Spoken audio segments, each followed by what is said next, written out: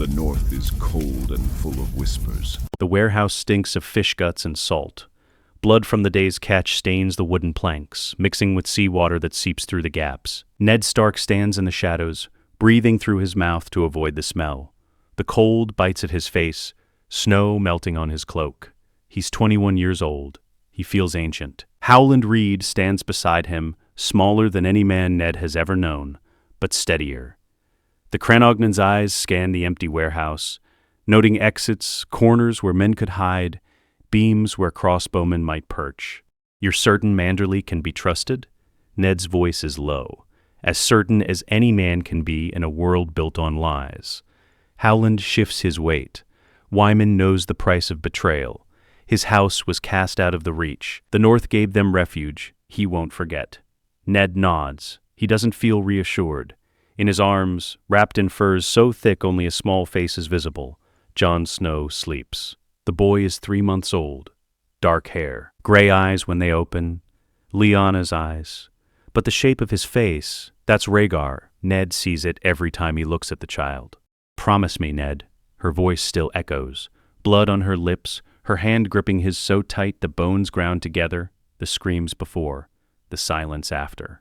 "Promise me." And he spent 3 months drowning in that promise. Catelyn hates the boy. She won't say it aloud. She's too well bred for that. But Ned sees it in how she turns away when the wet nurse brings Jon to feed.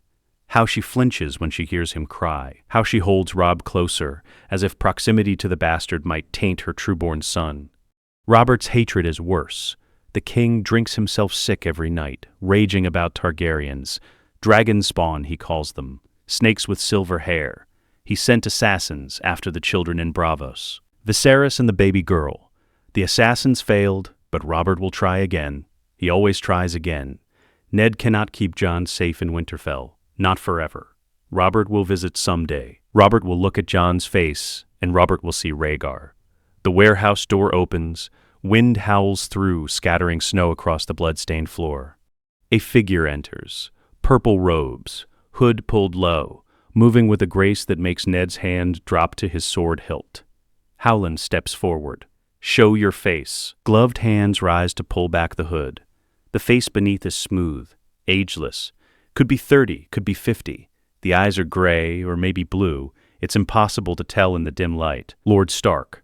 The voice is neither male nor female, accented. "Bravosi. I bring word from Sir Willem Darry." "No. I am the man he trusts to carry words that cannot be written in common letters. I am the man who walks between powers and remembers no names." A faceless man. Howland's voice is flat. The Bravosi inclines his head. "If that is what you wish to call me, I prefer messenger. Less dramatic. Why would Darry send an assassin?" Ned demands. "Because assassins keep secrets better than anyone alive, and because the words I carry would mean death for everyone in this room if they reached the wrong ears." The Bravosi reaches into his robes. Ned's sword is halfway drawn when the man produces a rolled parchment. "Peace, Lord Stark. I am paid to deliver, not to kill. Today, at least." He tosses the parchment. It lands at Ned's feet. Howland retrieves it, breaks the seal, Darry's sigil, unmistakable, unfurls the letter. His eyes scan the text. He goes very still. "It's High Valyrian," Howland says quietly. "Can you read it?" "Some. Enough." Howland looks up. "Ned, this is an offer, an alliance." The Bravosi speaks.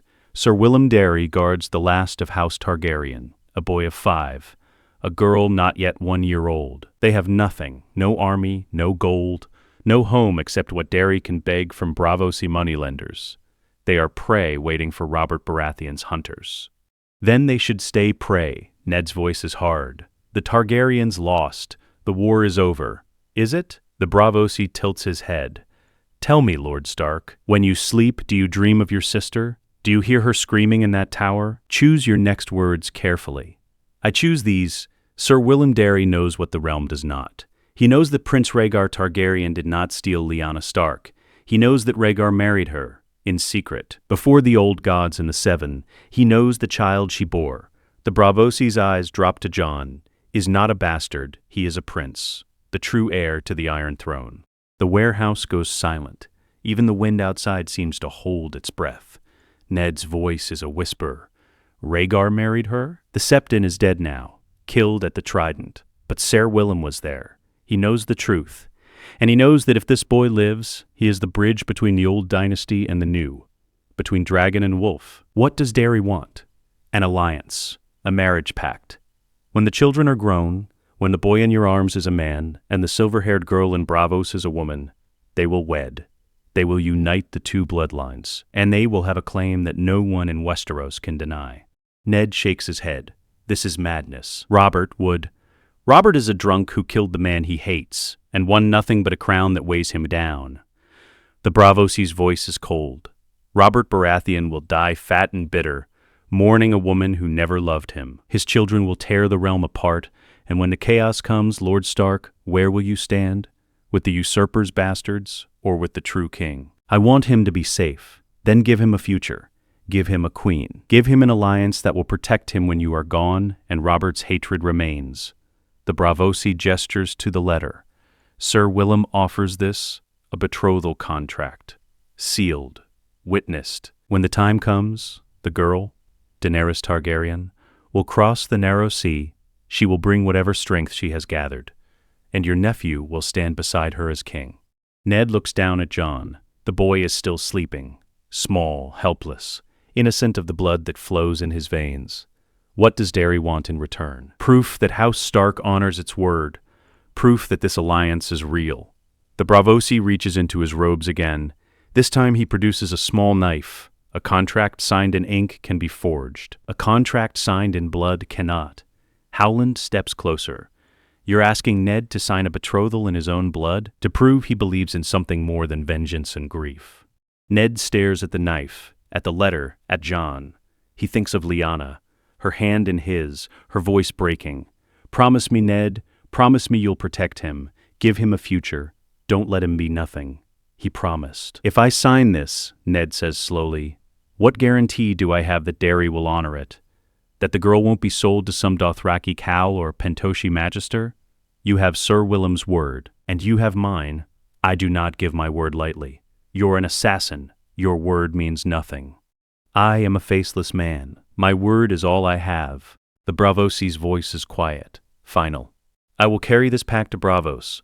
I will place it in Ser Willem's hands, and I will ensure that no man, no king, no power in this world destroys it. That is my vow, given freely, unbreakable. Ned looks at Howland. The Cranogman nods once. Ned takes the knife. He cuts his palm. Blood wells up, dark and hot. He presses his hand to the parchment, letting the blood soak into the fibers. When he lifts his hand, a perfect print remains. Stark blood. Binding. He signs beneath it, Eddard of House Stark, Lord of Winterfell, Warden of the North, and beneath that, the name of the child, Jon Snow, called Jon, to be wed to Daenerys of House Targaryen when both are of age. The Braavosi takes the parchment, rolls it carefully, seals it with wax. The pact is made. Now, the bride price. Ned reaches into his cloak. His fingers are shaking. He pulls out 2 items. The first is a crown of blue winter roses, preserved in ice, still blue, still perfect. The crown Rhaegar gave Lyanna at Harrenhal. The crown that started a war. The second is a ring, ruby set in silver, 3-headed dragon engraved on the band. Rhaegar's ring. Recovered from the trident, pulled from the mud and blood. He places them in the Braavosi's hands. Tell Ser Willem that Lyanna Stark loved Rhaegar Targaryen. Tell him that this war was built on a lie. And tell him, Ned's voice breaks. Tell him that if this girl ever comes to Westeros, she will be family, she will be welcome, she will be safe. The Braavosi bows. It will be done. He turns to leave, stops, looks back. One more thing, Lord Stark. The girl will need a name for the boy, something she can hold on to, something to make him real in her mind. What shall I tell her to call him? At the prince, who will never know his title. Tell her to call him the White Wolf. Tell her he is ice and honor and northern steel. Tell her that when they meet, he will be worthy of her, or he will die trying. The Braavosi smiles. It's the first human expression Ned has seen on his face. The White Wolf and the Dragon Queen. I wonder what songs they will write about that. He pulls his hood up, walks to the door, opens it. Snow and wind rush in. Then he's gone, vanished into the storm like a ghost. Ned and Howland stand alone in the warehouse. The blood on the floor is already freezing. Howland speaks first. You just sold your nephew's future to ghosts across the sea. I know. If Robert finds out, he won't. No one will. Except us, and Manderley, and the faceless man who will forget this conversation the moment he leaves Braavos. And if the girl dies, if Darry dies, if the pact is lost, Ned looks at the blood on his hand, at the cut that throbs with every heartbeat. Then Jon will live as a bastard, and I will die knowing I tried to give him more. He wraps Jon tighter in the furs. The boy stirs, opens his eyes, gray like winter storms. Come, Ned says. We're going home. They walk out into the snow. Behind them, the warehouse stands empty, dark, full of fish blood and salt water and secrets that will rot in the wood for years to come. Ned Stark carries his nephew through the streets of White Harbor. The snow falls heavier now, covering tracks, burying evidence. He whispers to the sleeping child. You are a prince, Jon Snow. The world will never know. But I know, and someday, somewhere across the narrow sea, a girl with silver hair will know too, and when you meet her, you will be ready. I swear it. The snow falls, the North remembers, and the pact is sealed. Winterfell, the training yard, 290 AC, early morning. Jon Snow is 7 years old. He swings a wooden sword at a practice dummy. The blade connects with a solid thunk. Again, again, again. His arms burn, his shoulders ache. He doesn't stop. Robb Stark laughs from across the yard.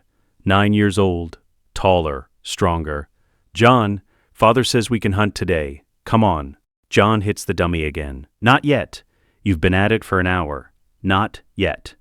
Ser Rodrik Cassel watches from the armory steps. The old master-at-arms strokes his white whiskers. His eyes are sharp, calculating. He approaches. That's enough, lad.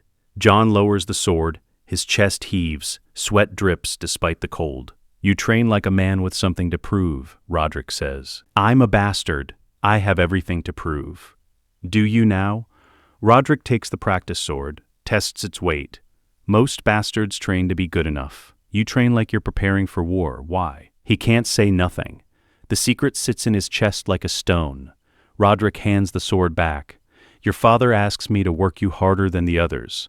Teaches you things he doesn't teach his true-born sons. High Valyrian, the histories of the free cities, the ways of the Dothraki. He leans closer. What does Lord Eddard see in you that the rest of us don't? I don't know, sir. Liar. Rodrik's voice is not unkind, but you're your father's son in that. Or nephew. Or whatever you truly are. The North keeps its secrets, so I'll keep mine. Just remember, secrets have weight, and weight makes you slow. Don't let it kill you. He walks away. Jon stands alone in the yard. The practice dummy has a split down the middle. Deep, clean, from a 7-year-old's wooden sword. Winterfell, the library, 293 AC. Night. Jon is 10 years old. He sits at a table covered in books. Candles burn low. The maester left hours ago. Ned enters quietly. Jon doesn't look up. It's past midnight, Ned says. I'm not tired. That's not what I asked. Ned sits across from him, looks at the open pages, High Valyrian grammar, trade routes of the free cities, maps of Essos. Why am I learning this? Jon asks. His voice is small. Robb doesn't learn this. Theon doesn't. Just me. Why? Ned is silent for a long moment. Then, close the door. Jon does. The library feels smaller, warmer, safer. Ned pulls something from his cloak, a small iron box, old, rusted at the edges. He places it on the table. I hid this in the crypts, beneath your grandmother's statue. I thought it would be safe there. Thought no one would find it. He looks at Jon. I was wrong. You found it 2 days ago. Didn't you? Jon's throat is dry. I wasn't supposed to go down there. Bastards aren't... Yes, I found it. Did you open it? Jon reaches into his shirt, pulls out a silver ring, 3-headed dragon, ruby glinting in the candlelight. Ned closes his eyes. Gods, Jon, who did this belong to? Your father. The word hangs in the air. Your father, not me. Not Ned Stark. Jon's hands shake. My father was some tavern girl's mistake. You said. I lied. Ned's voice is steady. Final. I've lied to you every day of your life, and I'll keep lying to everyone else until the day I die. But you deserve the truth, part of it at least. He takes the ring, holds it up to the light. This belonged to Rhaegar Targaryen, Prince of Dragonstone, heir to the Iron Throne. Your mother was Lyanna Stark, my sister. They married in secret, and you, he looks at Jon, really looks, you are their son, the last of both their lines, dragon and wolf. Ned leans forward, and you are promised to a queen across the narrow sea, a girl named Daenerys. When you are grown, you will sail east. You will meet her, and you will— I'll what? Marry some girl I've never met? Jon's voice rises. I'm 10, yes, and she is 8, and neither of you has a choice. Ned's voice is iron. I signed a pact in blood. I gave my word, and Stark words are not empty. You will honor this when the time comes. What if I don't want to? Then you will do it anyway, because that is what duty means, what honor means, what being a Stark means. Jon stares at the ring, at the dragon engraved in silver, at the ruby that catches the light like fire. Does Robert know? If Robert knew, you would be dead. I would be dead, everyone who ever helped me would be dead. So no, Robert does not know, and he never will. Catelyn, Ned's face hardens. She knows you are not mine. She thinks you are some common bastard I sired in shame. Let her think that. It's safer for everyone. She hates me. I know. She'll always hate me. I know. Ned reaches across the table, places his hand over Jon's. I'm sorry. For all of it. For the lie. For the burden. For giving you a future you never asked for. But Jon, this is the only way I can keep you safe, the only way I can give you something more than shame and the wall. The man who raised him, lied to him, protected him. A queen, Jon whispers. You promised me to a queen because she has no one else, because you were the last male of her line, because you were the bridge between her family and the realm that killed them. Ned stands. You will train harder than any boy in Winterfell. You will learn languages, customs, ways of war and diplomacy. And when you are a man, when you are ready, you will sail east, you will claim her, and you will be worthy of her, or you will die trying. He walks to the door, stops. One more thing, never tell Robb, never tell anyone.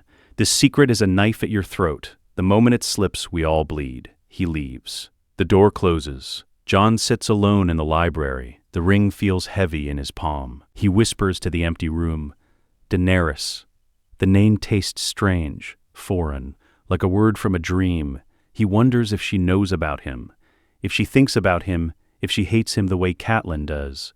He wonders if she's afraid. He hopes not. He puts the ring back under his shirt, against his skin, where it burns.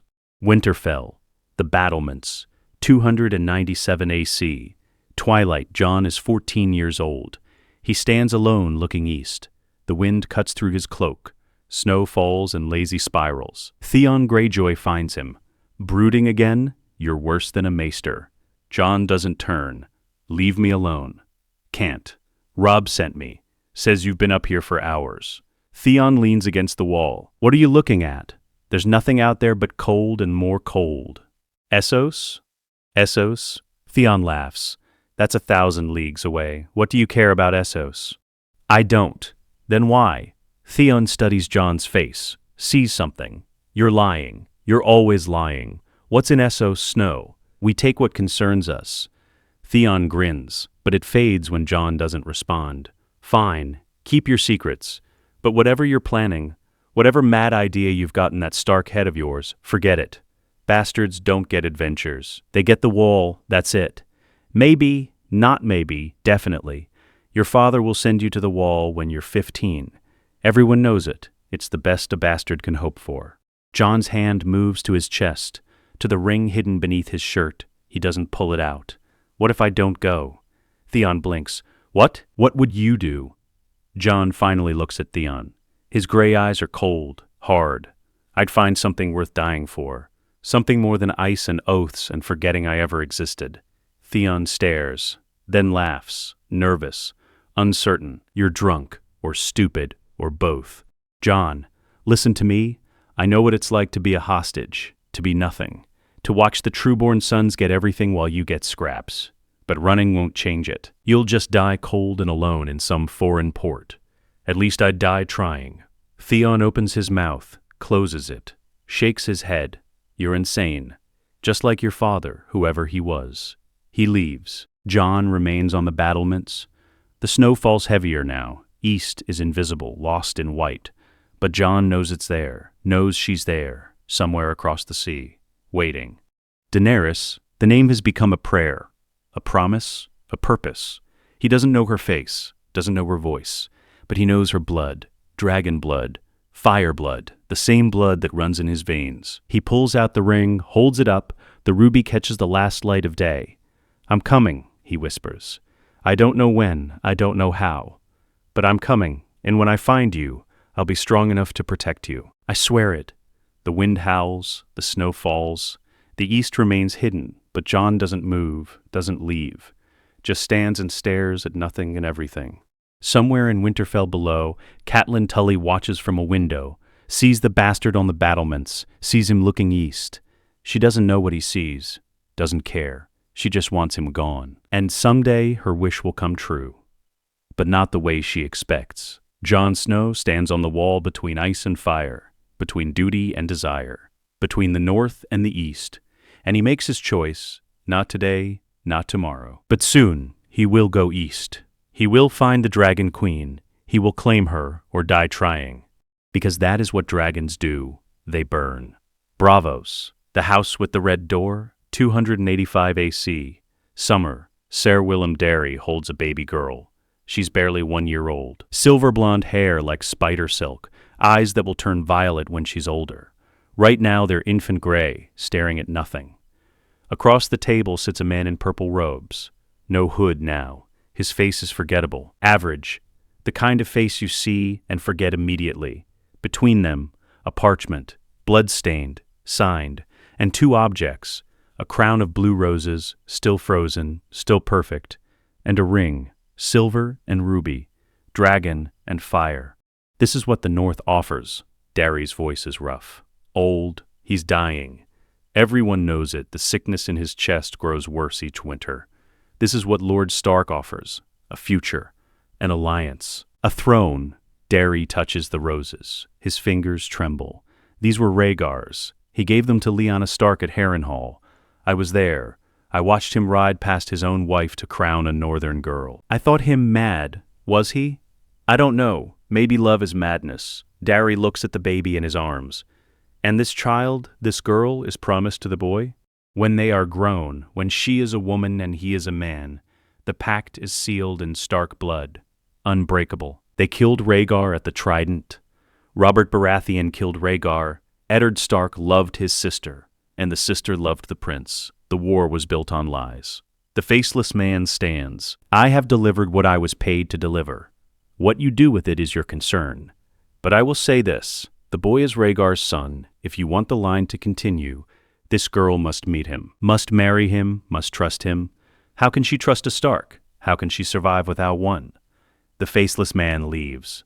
The door closes. Sir Willem sits alone with the baby and the relics of a dead prince. He looks at the roses, at the ring, at the parchment signed in blood. Then he looks at the child. Your brother Viserys will hate this. He wants the throne for himself, wants you to be his pawn, his broodmare. Darry's voice is soft. But I won't let that happen. You are promised to a prince, little one, a white wolf from the north. And when you meet him, you will be a queen, not a slave, never a slave. The baby makes a small sound, not quite a cry, not quite a word. Darry places the ring on a chain around her neck. It's too heavy.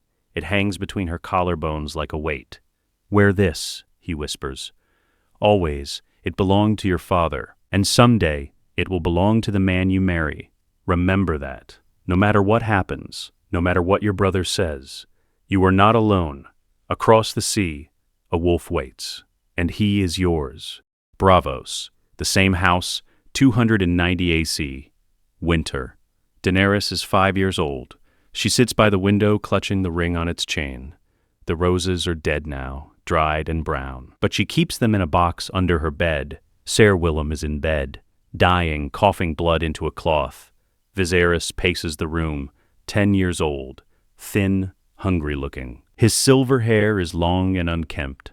"When you die, what happens to us?" Viserys demands. Willem's voice is a rasp. "The servants will care for you. I've made arrangements." "Arrangements? We're Targaryens. We don't need arrangements. We need armies, ships, gold. You need patience, boy. Don't call me boy. I'm a king. I'm the last dragon." Daenerys speaks quietly. "You're not the last. I'm here too." Viserys whirls on her. "You're nothing. You're just a girl, a broodmare. Father should have married you to some lord when you were born. I'm already promised to the northern prince." Viserys's face goes red. "That pact, that ridiculous northern fairy tale. The Starks betrayed us. They helped Robert, and you think their bastard will save you. He's not a bastard," Ser Willem said. "Ser Willem is dying. And when he's gone, that pact means nothing." Viserys crosses the room, grabs her shoulders, shakes her. "Listen to me. When we leave this house, we'll have nothing. No gold, no friends. Just each other, and I will sell you to whoever offers the most. A Dothraki Khal, a Pentoshi Magister, anyone. Because that's what you're worth. That's all you're for." Daenerys doesn't cry. She learned not to cry when she was 3. But the pact is a lie, a fantasy, a dead man's dream. Viserys releases her, walks to the door, stops. "You want to believe in your white wolf? Fine. But when I sell you to a horse lord and he breaks you in his tent, remember, I warned you, I told you the truth, and you chose the fantasy." He leaves, slams the door. Daenerys sits in silence, her shoulders hurt where Viserys grabbed her. "They'll bruise. They always bruise." Ser Willem calls weakly from the bed. "Child, come here." She approaches, sits beside him. He's so thin, like parchment stretched over bones. "Your brother is afraid," Willem says. "Fear makes men cruel, but you have something he doesn't. You have proof."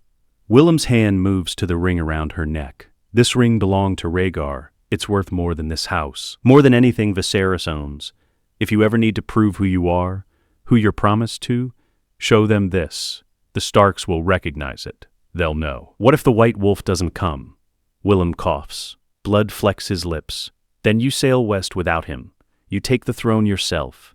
You don't need a man to be a queen, Daenerys. You just need fire." He grips her hand. "Promise me.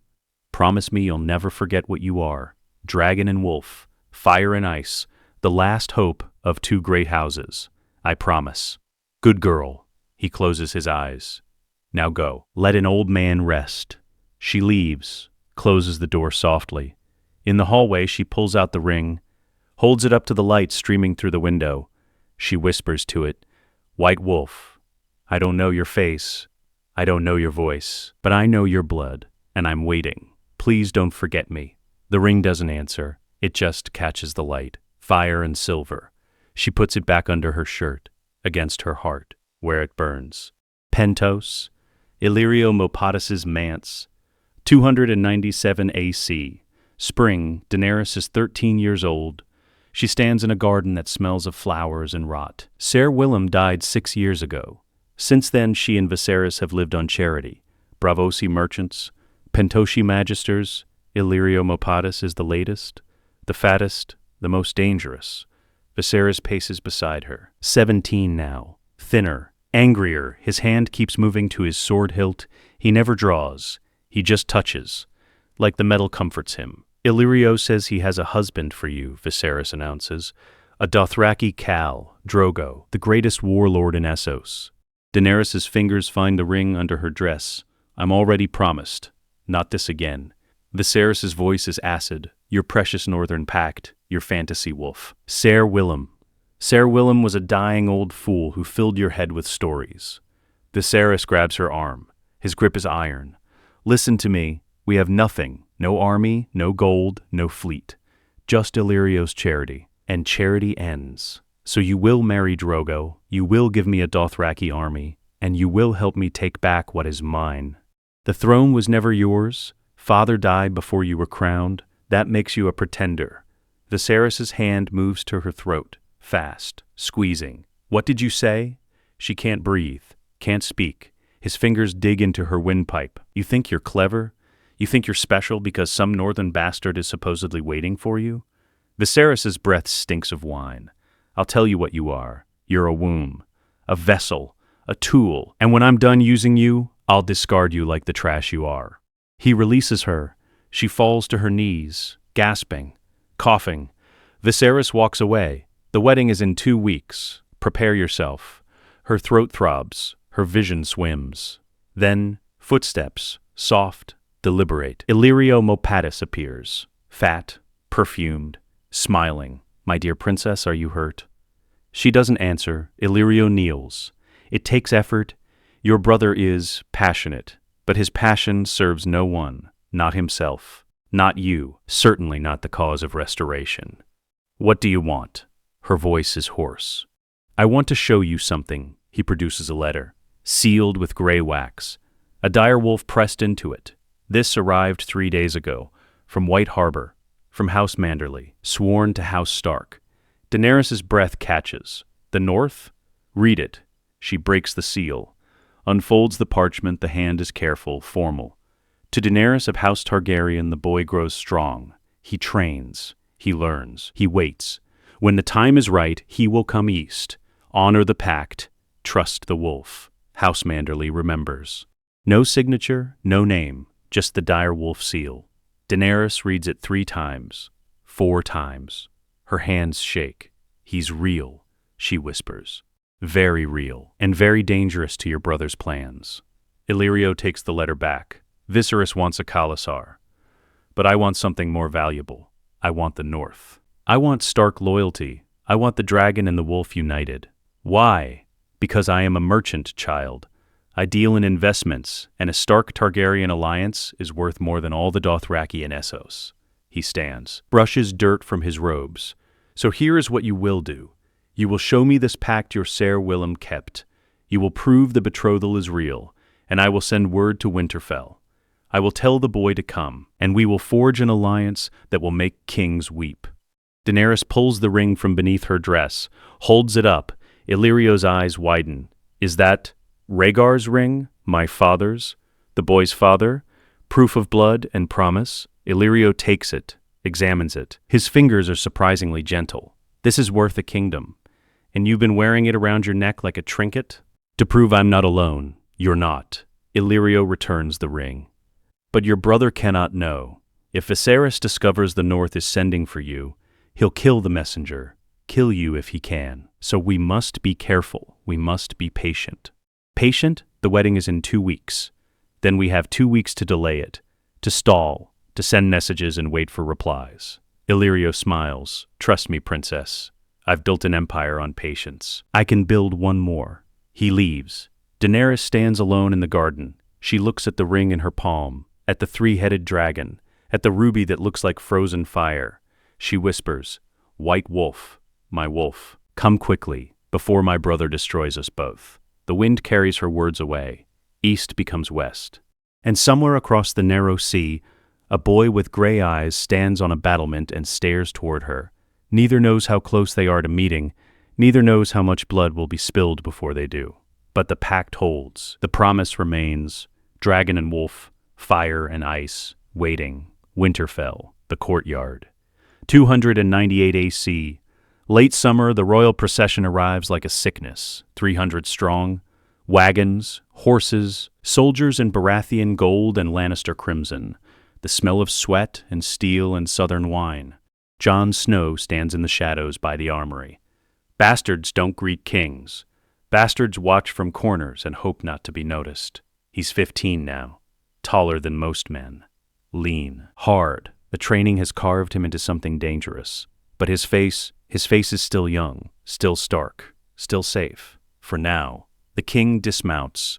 Robert Baratheon, fat, gray-bearded. Drunk already, though it's barely noon. He staggers slightly, catches himself on a guard's shoulder, laughs like it's nothing. Ned kneels. Your grace. Winterfell is yours. Get up, Ned. Don't make me feel older than I already am. Robert pulls Ned into an embrace, pounds his back. Too long, too many years between brothers. Ned's smile doesn't reach his eyes. You honor us, Robert? Honor? I'm here to beg. Jon Arryn is dead. I need a new hand. I need you. Robert's voice carries across the yard. Everyone hears. Everyone knows now. Caitlyn's face pales.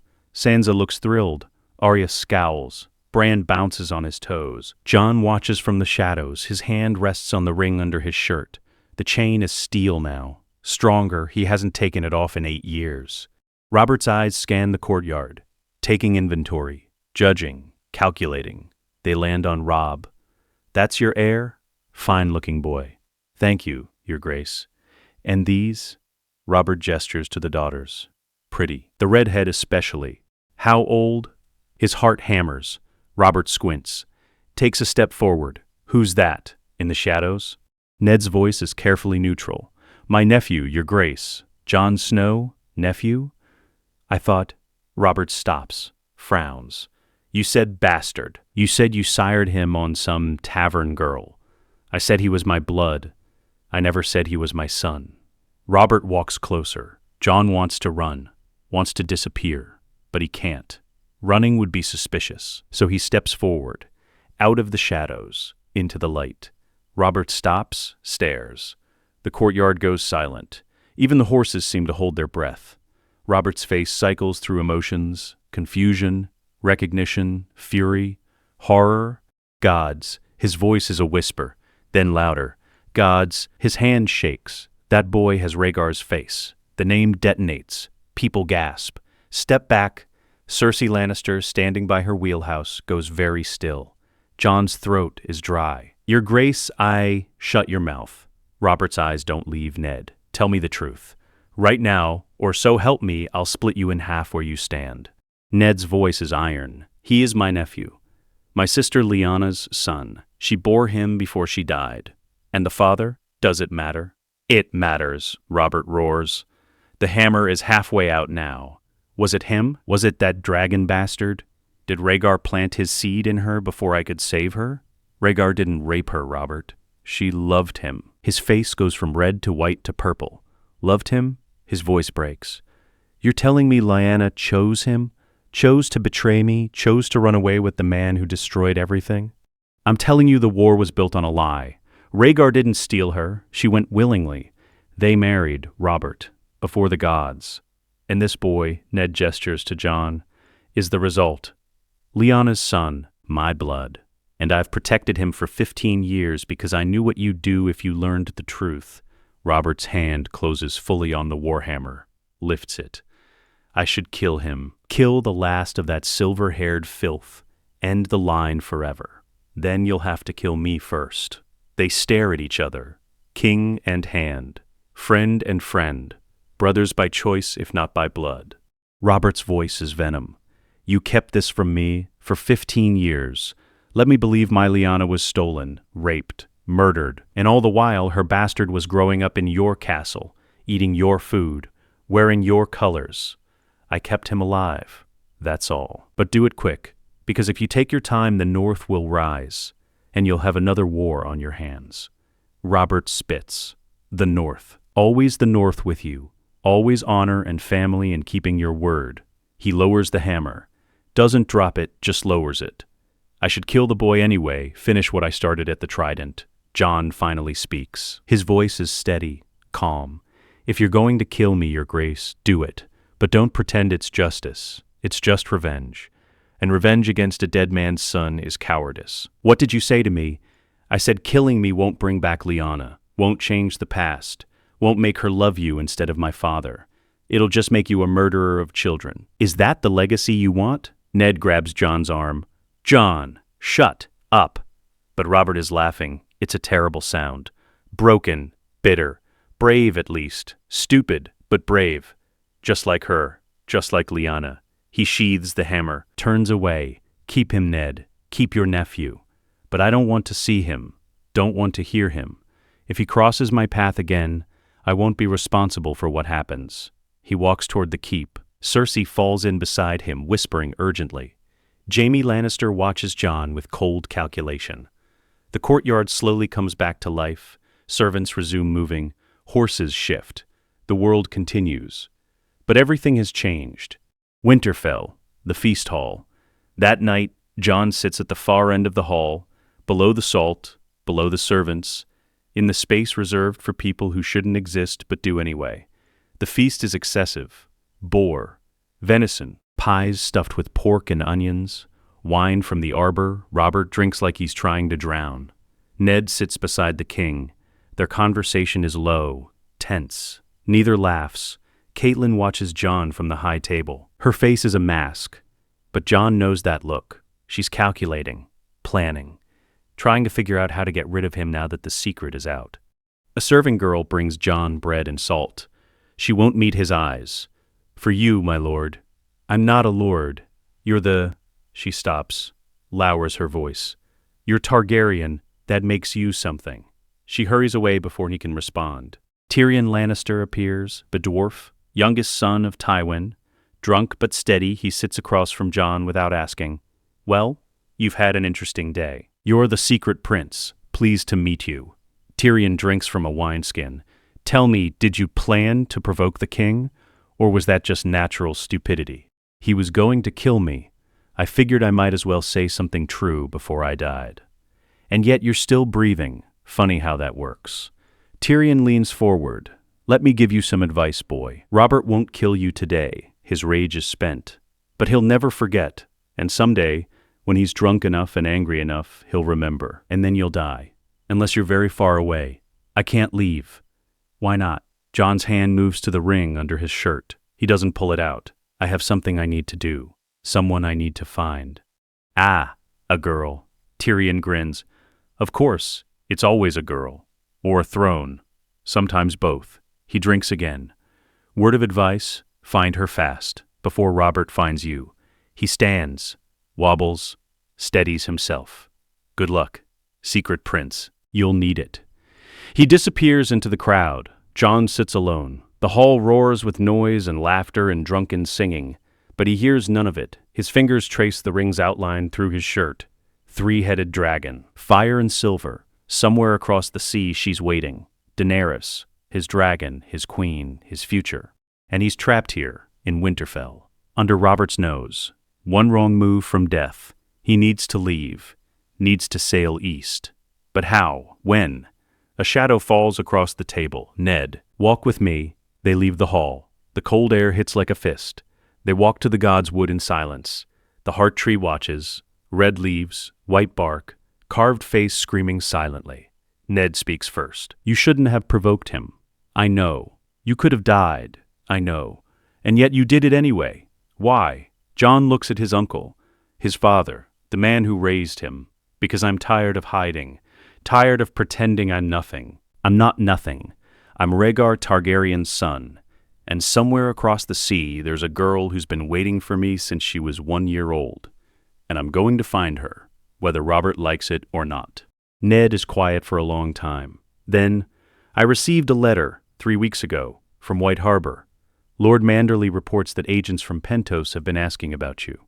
About the pact. She's looking for me, or someone is, which means the secret is spreading, which means danger."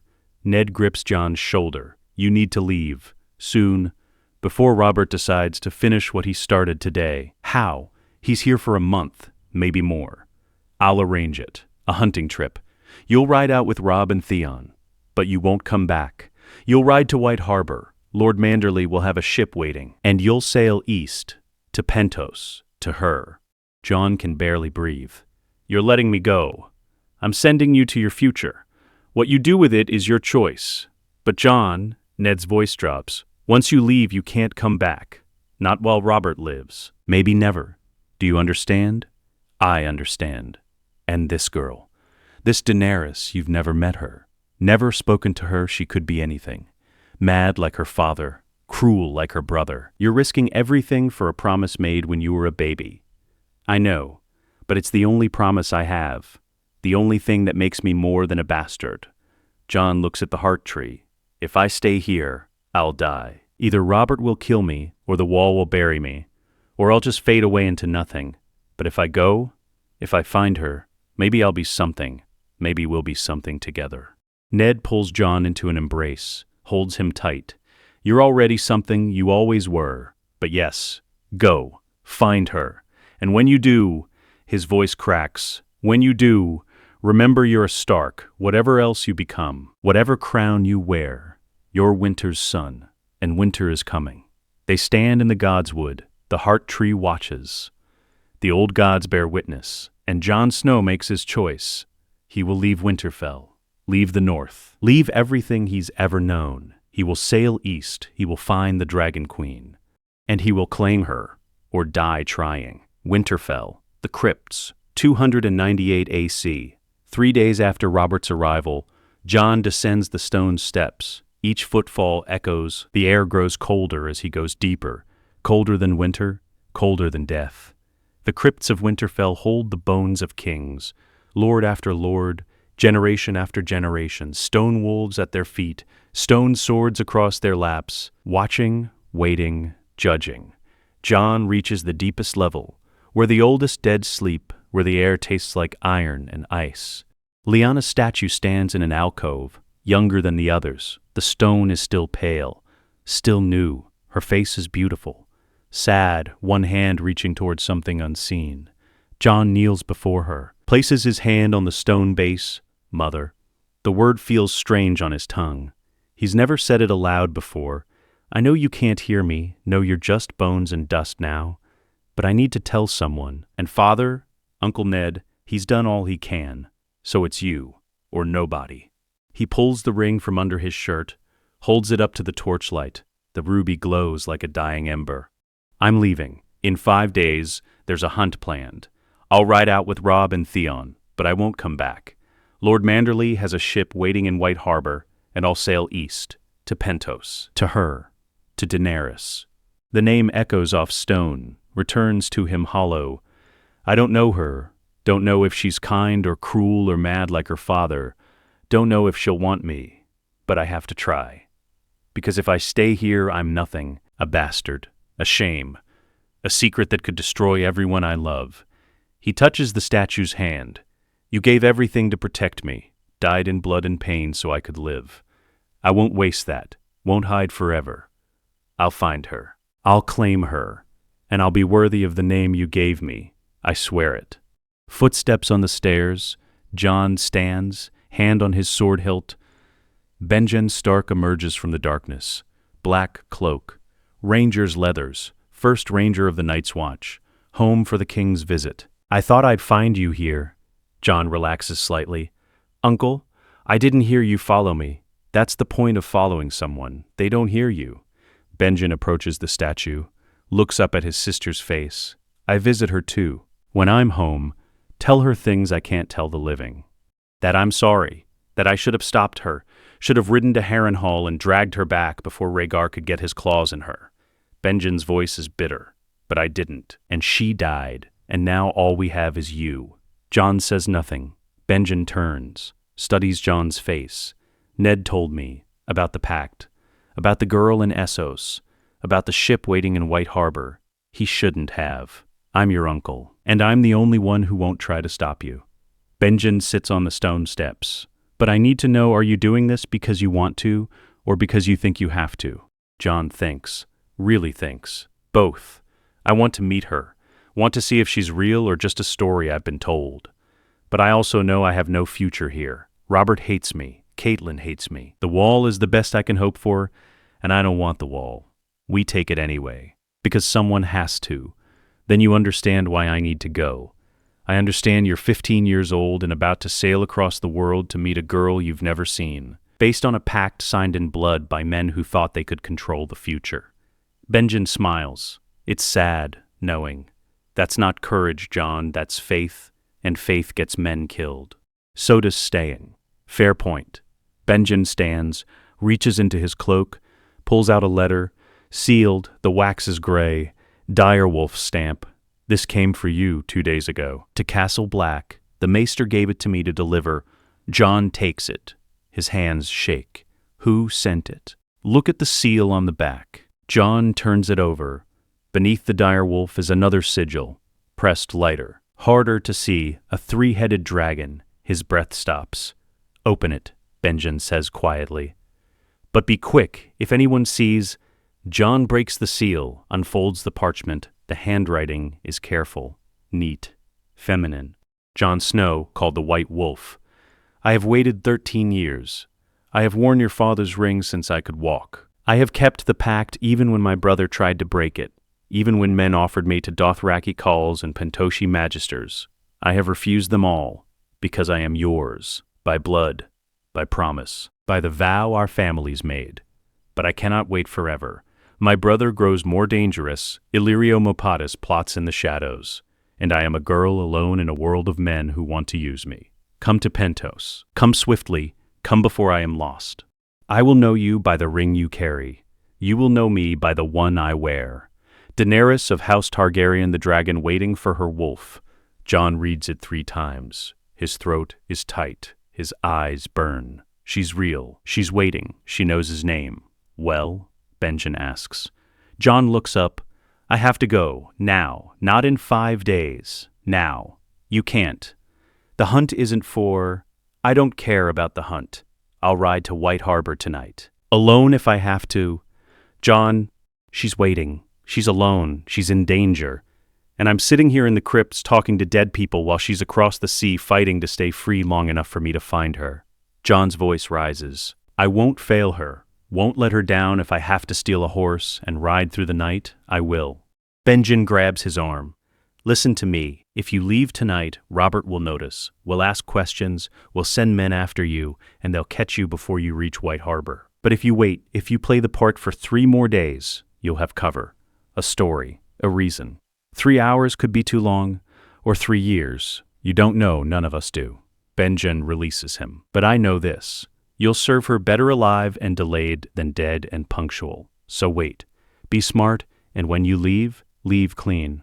Jon closes his eyes, forces himself to breathe, to think. Benjen is right. Running now would be suicide, would expose everything, would get Ned executed and House Stark destroyed. But 3 days feels like forever. Fine, 3 days. But then I'm gone, and nothing will stop me. I know. Benjen looks at the letter in Jon's hands. You should burn that. Can't risk anyone finding it. No. Jon folds it carefully, puts it in his shirt beside the ring. I'm keeping it. She wrote to me, actually wrote to me on not burning that. Sentimental fool, maybe. But I'm her fool now. Not the North's, not Robert's, hers. Benjen smiles. Good. The North has plenty of fools. She probably needs one. They stand in silence. The dead watch. The torches flicker. The air remains cold. Finally, Benjen speaks. When you find her, what will you say? I don't know. I'm sorry I took 15 years. I'm sorry you had to wait. Try hello, I'm the idiot who kept you waiting. Forgive me and let's burn the world together. Benjen claps Jon's shoulder. That's what Lyanna would have said. She had a gift for dramatics. Did she love him, Rhaegar, more than anything, more than honor, more than family, more than her own life? Benjen's voice is soft. That kind of love destroys kingdoms, starts wars, ends dynasties. And I think she knew what would happen and chose him anyway. Because when you find someone worth burning for, you burn. Jon looks at the letter, at the careful handwriting, at the signature, the dragon waiting for her wolf. I hope she doesn't burn for me. She already is. You both are. You just haven't noticed the smoke yet.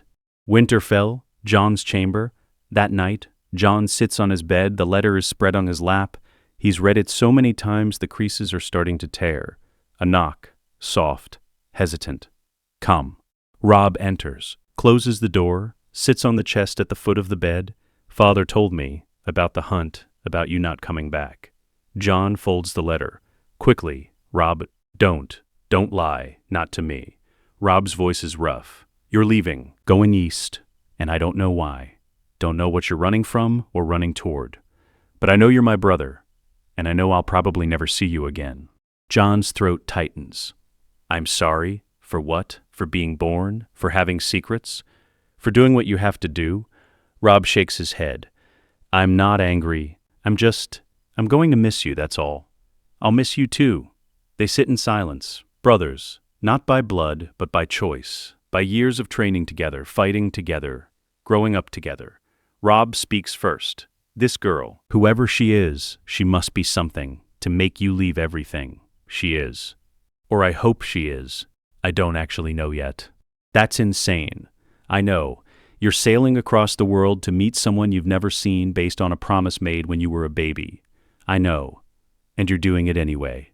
I have to. She's the only thing that makes sense. The only thing that gives me purpose. If I stay here, I'm just Ned Stark's bastard nephew. The secret that could destroy House Stark. But if I go, if I find her, maybe I'm something more. Robb stands, reaches into his cloak, pulls out a dagger, Valyrian steel, dark as smoke, sharp as winter.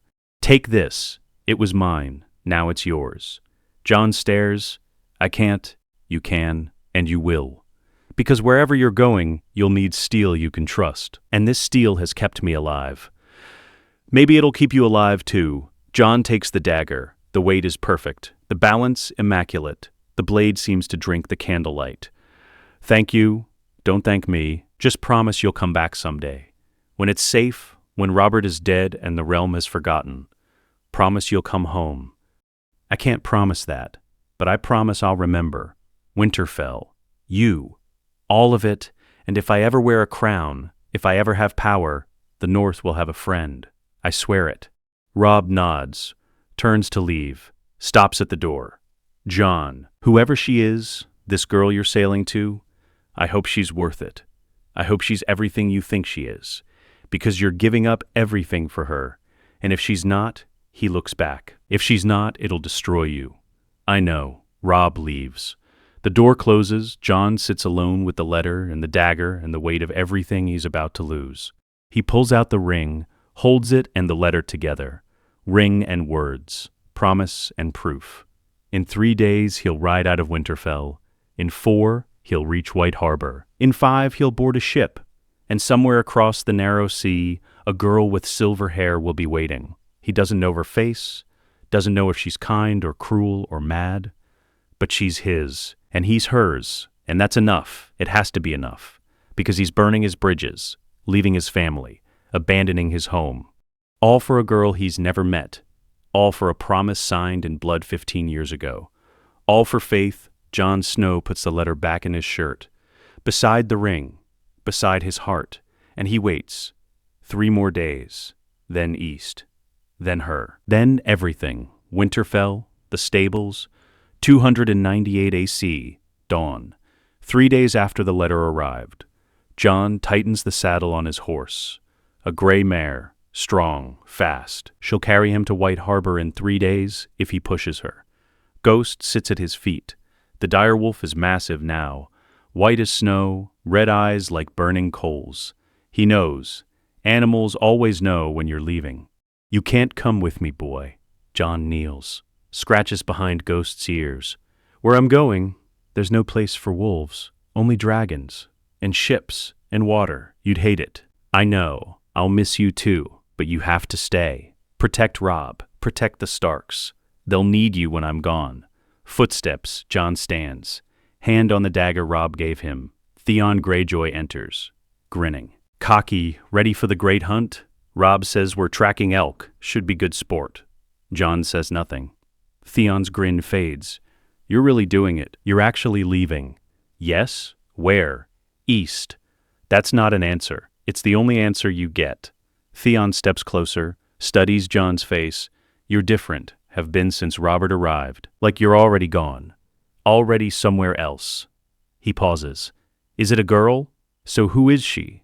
Some merchant's daughter in White Harbor? A tavern wench in Pentos? Someone I've never met? That's even more stupid. Theon shakes his head. Fine. Go. Chase your ghost. But when you're dead in a ditch in Essos, don't blame me for not stopping you. He leaves. Jon finishes with the saddle. Robb appears, fully armed, ready for the hunt. Father wants to see you before we leave. Winterfell, Ned's solar. Minutes later, Ned stands by the window, looking out at nothing. He doesn't turn when Jon enters. Closed the door. Left Winterfell thinking I'd come back in a few months. Victorious. A hero. He turns. His face is lined. Tired.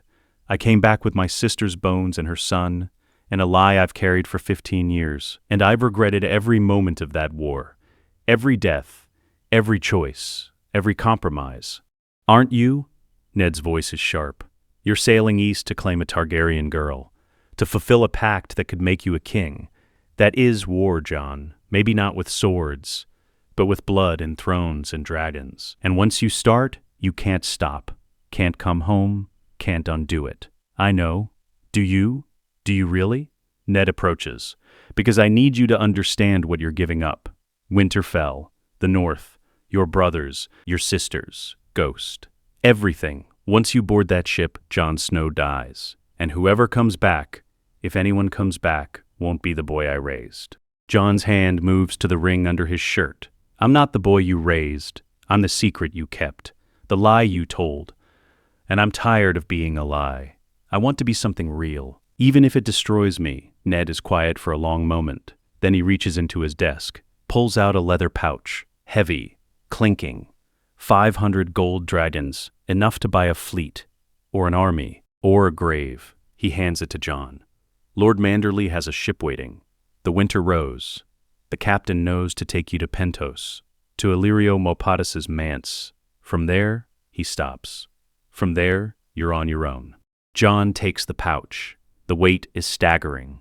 There's something else. Ned pulls out a letter, sealed with gray wax. This is for Daenerys, if you find her. When you find her, it explains everything, who you are, who she is, what the pact means, and what I hope, what I pray, you'll both become. Jon takes the letter, puts it in his shirt with the ring and Daenerys' letter. His chest is crowded now, full of paper and metal and promises. Thank you for everything, for raising me, protecting me, lying for me. Don't thank me yet. Thank me when you're safe, when you're married, when you're a king and I'm just a memory. Ned pulls Jon into an embrace, holds him tight. I love you, boy. More than honor, more than truth.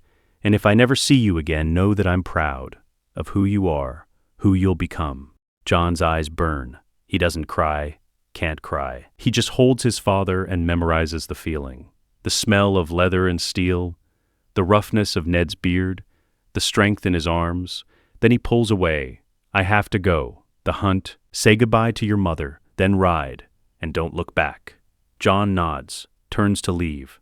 Jon, he stops. If she's not what you hope, if the pact is broken, if the girl is mad or cruel or lost, come home. We'll find a way. We'll protect you. I swear it. I know, but I have to try, have to see for myself. I know. That's what scares me. Winterfell, the gods would. Minutes later, Jon stands before the heart tree. The carved face screams silently. Red sap like blood runs from its eyes. He kneels, places his hand on the trunk. Old gods, if you're listening, if you care about bastards and broken promises and boys who have nothing but faith, help me, help her, help us. We're walking into the unknown, and we're doing it blind. So please, give us strength, give us wisdom, give us each other. The wind rustles the leaves, red, blood red, like the sap, like the eyes.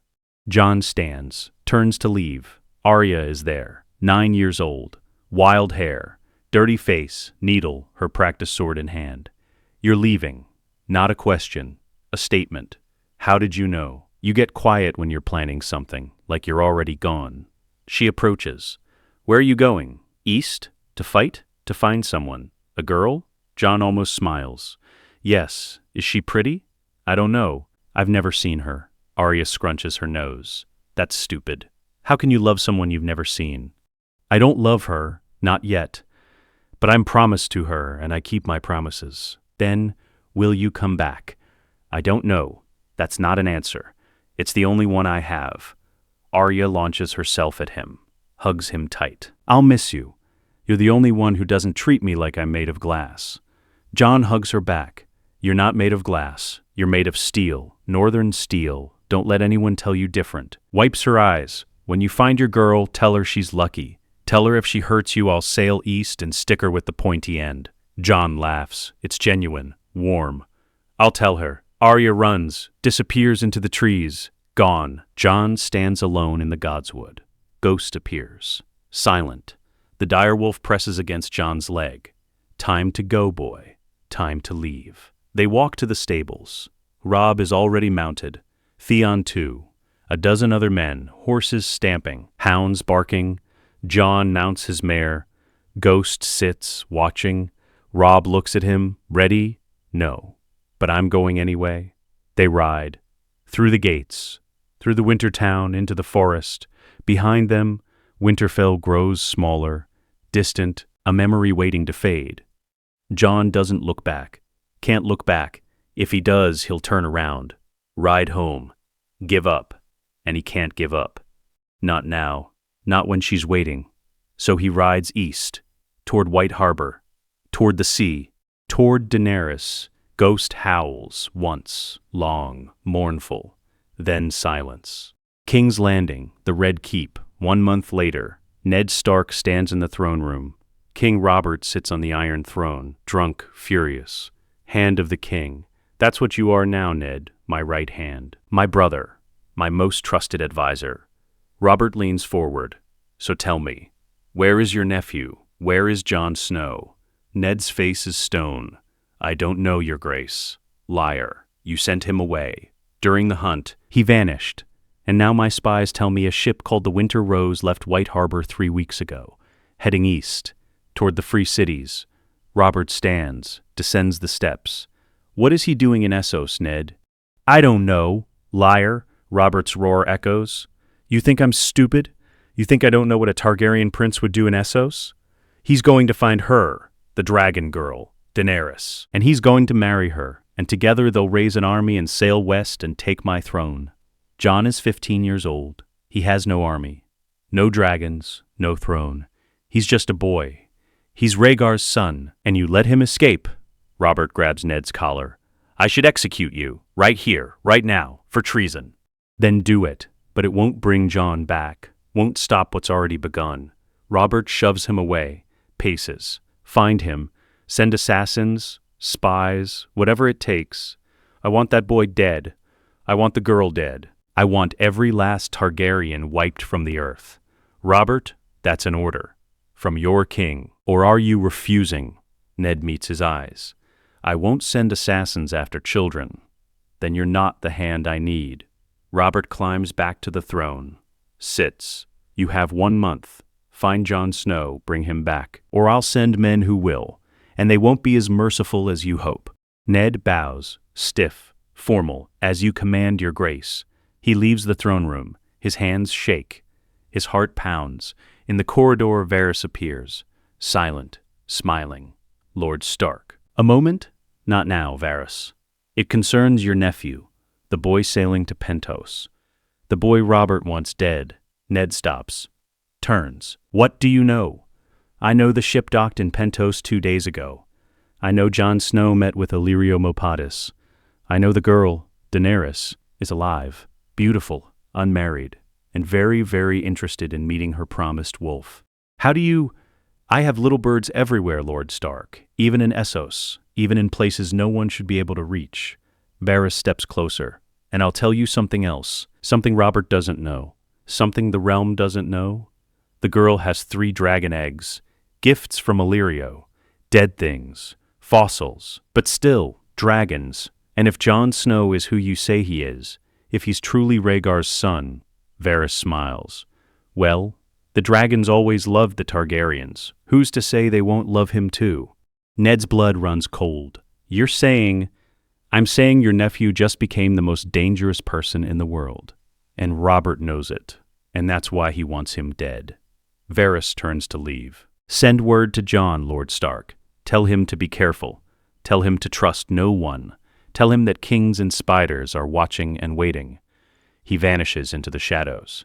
Ned stands alone in the corridor, the weight of the world pressing down. Jon is in Essos, with Daenerys, with a future that could burn the realm to ash, and Robert wants him dead. Ned closes his eyes, prays to gods he's not sure exist anymore. Keep him safe, keep her safe, and please, please let this be worth it. The gods don't answer. They never do. The narrow sea. The winter rose. 3 weeks after leaving White Harbor. Jon stands at the bow. Salt spray hits his face. The water is gray, endless, cold even this far south.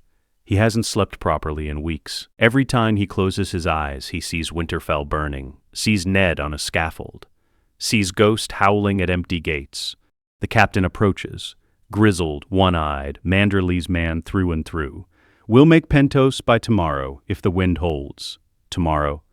Jon's voice is hollow. I've been waiting 15 years. One more day shouldn't matter, but it does. Yes, it does. The captain spits over the rail. You know what you're walking into, boy. Illyrio Mopatis isn't some merchant prince playing at power. He's a spider. Worse than Varys in King's Landing, he'll smile and feed you and plot your death before dessert arrives. I know. And the girl, this Daenerys, she's been sold twice already. First to a Dothraki cow, then to a Yunkish slaver. Illyrio bought her back both times. You think he did that out of kindness? Jon's hand moves to the ring under his shirt. He did it because she's valuable, because she's the last Targaryen girl, because whoever marries her gets a claim to the throne. And you think that someone should be you? I don't think. I know. The pact was signed. The promise was made. She's mine. I'm hers. Everything else is just noise. The captain laughs, bitter. You sound like every young fool I've ever sailed with. Confident, certain, dead within a year. Better than a living coward. We'll see. The captain leaves. Jon remains at the bow, watching the horizon, waiting for land. Behind him, a sailor mutters to another. That boy's cursed. Mark my words. Targaryen blood, bad luck to carry it. Jon doesn't turn, doesn't respond. Let them think what they want. Tomorrow, he'll meet her. Tomorrow, everything changes. Tomorrow, he stops being Jon Snow. Tomorrow, he becomes something else. He just doesn't know what yet. King's Landing, the Tower of the Hand. The same day, Ned reads the letter for the third time. The words don't change. Lord Stark, the king is dead. Gored by a boar while hunting. Grand Maester Pycelle says it was an accident. I say it was murder. The wine was too strong. The boar too convenient. Someone wanted Robert dead. Joffrey sits the throne now.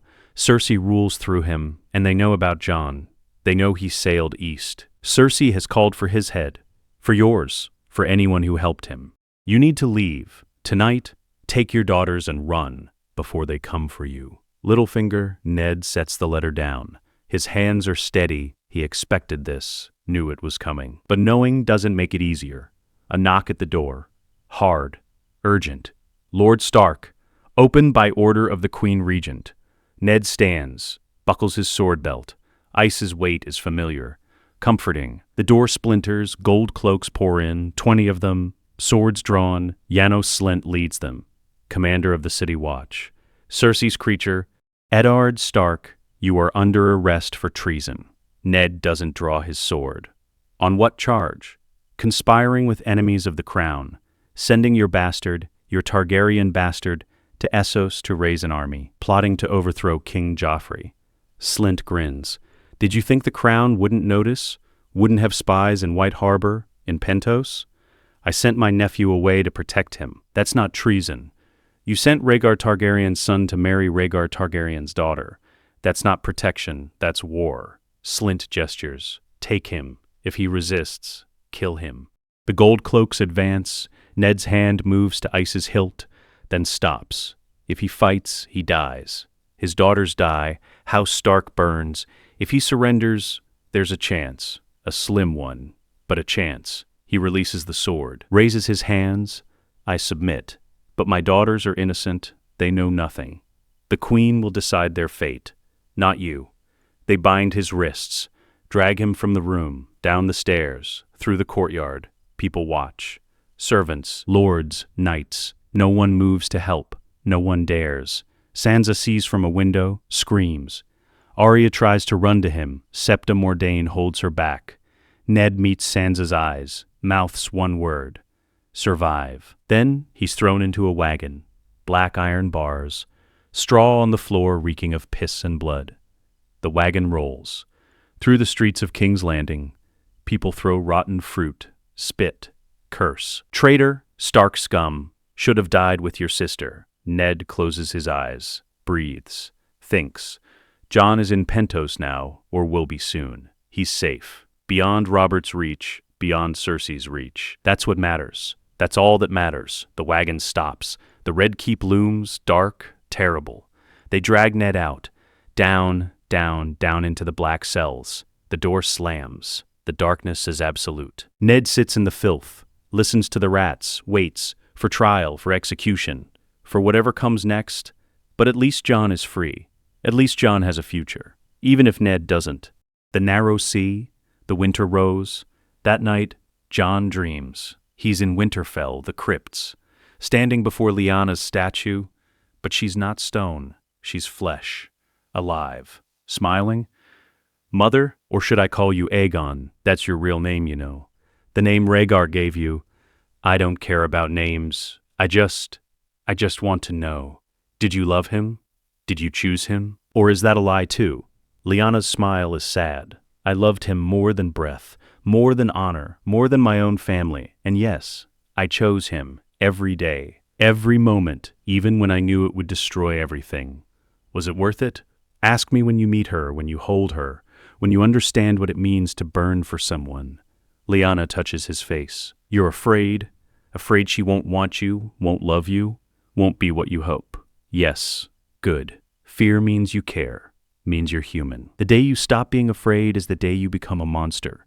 What if I'm already a monster? What if the Targaryen madness is in me? Fire over ice. That's all anyone can do. She steps back, fades. Go to her, Jon. Meet her, claim her, and remember, dragons are meant to fly together, not alone. She vanishes. The crypts return to stone and shadow. Jon wakes. The cabin is dark, rocking.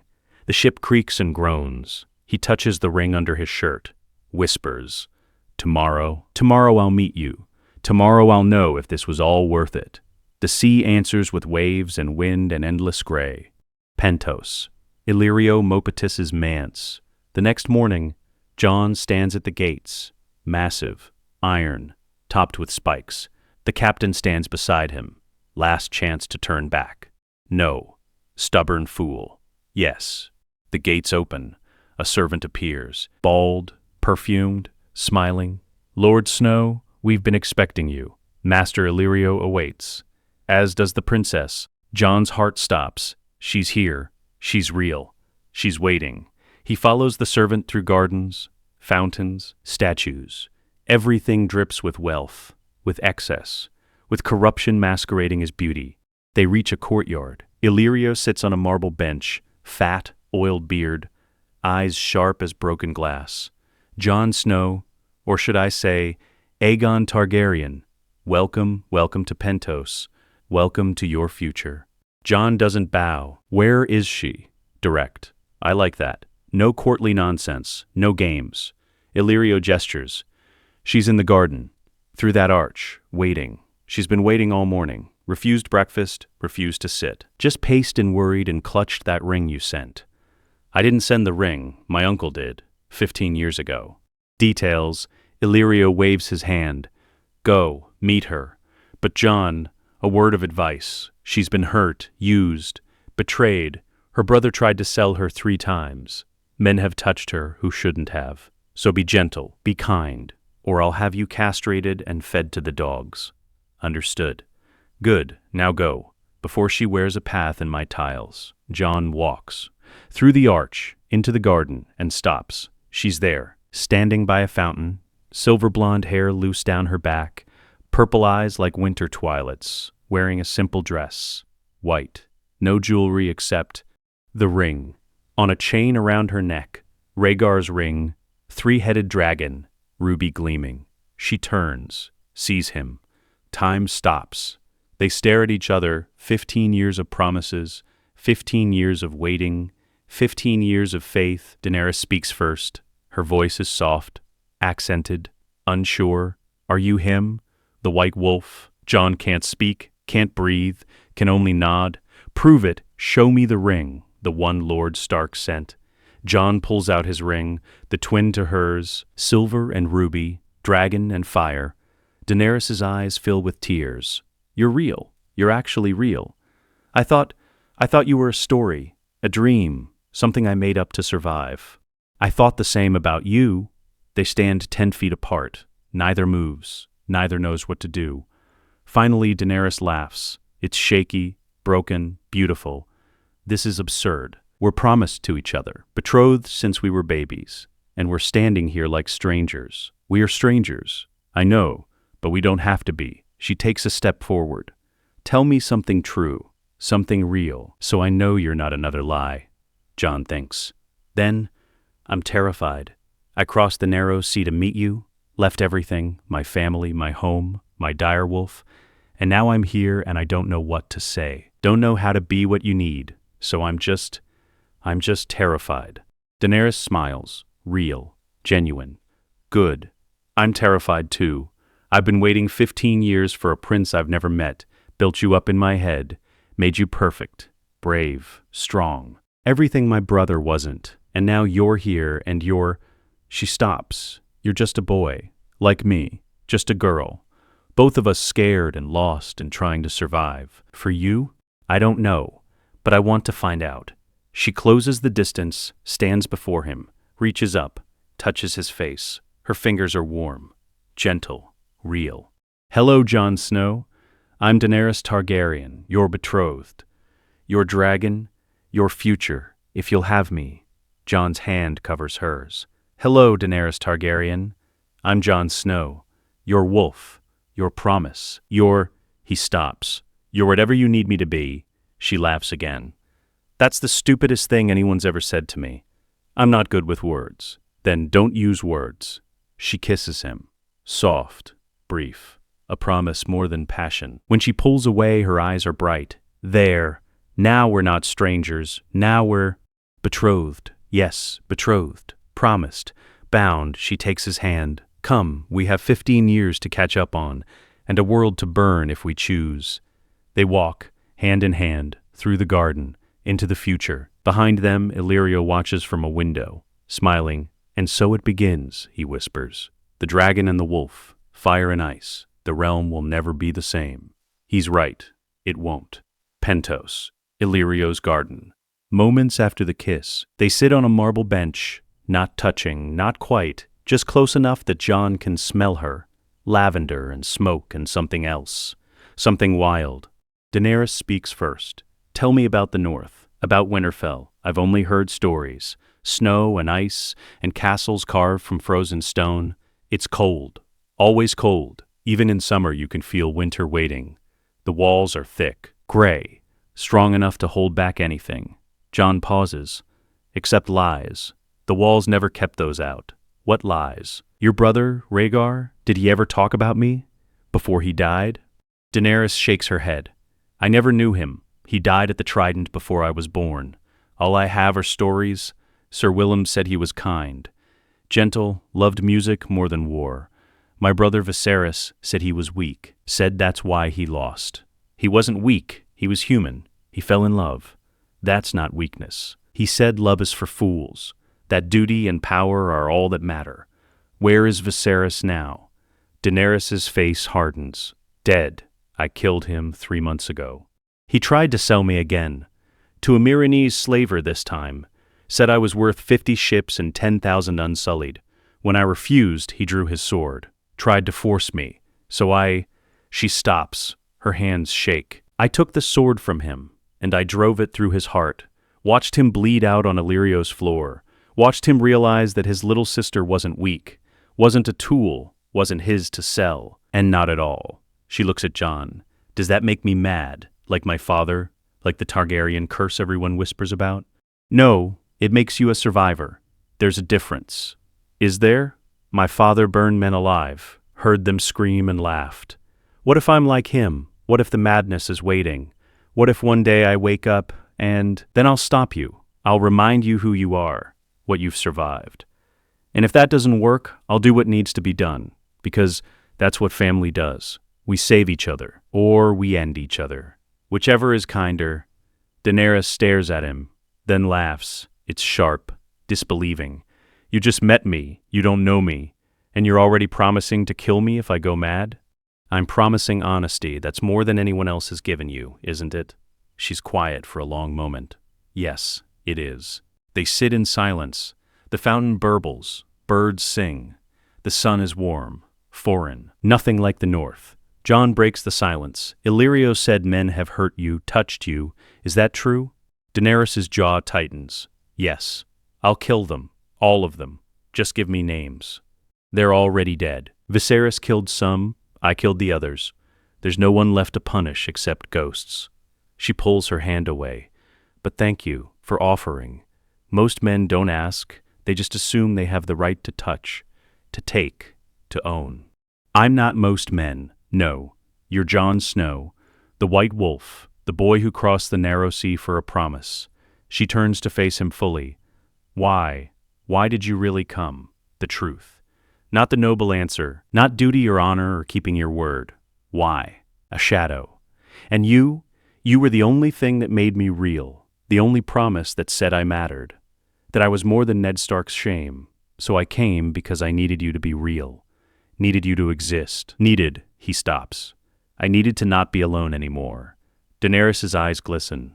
I came to this garden every day for 3 months, after I killed Viserys, after Illyrio said you were coming, and I stood by that fountain and told myself you weren't real, that you died, that the pact was broken, that I'd be alone forever, and I was making peace with that. Learning to be alone, and then, she gestures, then you walked through that arch, and you were real, and I don't know whether to thank the gods or curse them. Why curse them?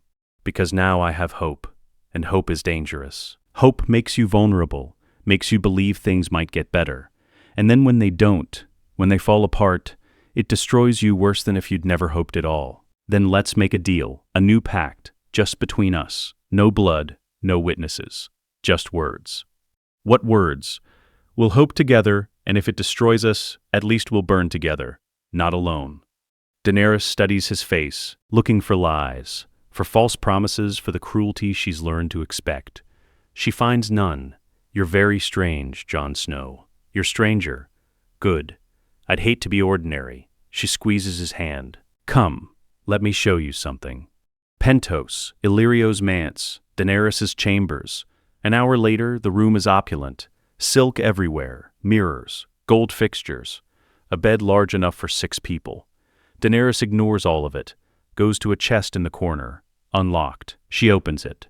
Inside, 3 objects, a crown of dried blue roses, brown now, crumbling, but still recognizable, a letter, yellowed, sealed with gray wax, and a dragon egg, black as night, scales gleaming. My bride price, Daenerys says softly. The things Lord Stark sent, proof that the pact was real, that I wasn't alone. Jon touches the rose crown. My mother wore this, at Harrenhal, when Rhaegar crowned her queen of love and beauty, started a war with flowers. Was it worth it? The war. Then I'll know. Daenerys lifts the dragon egg.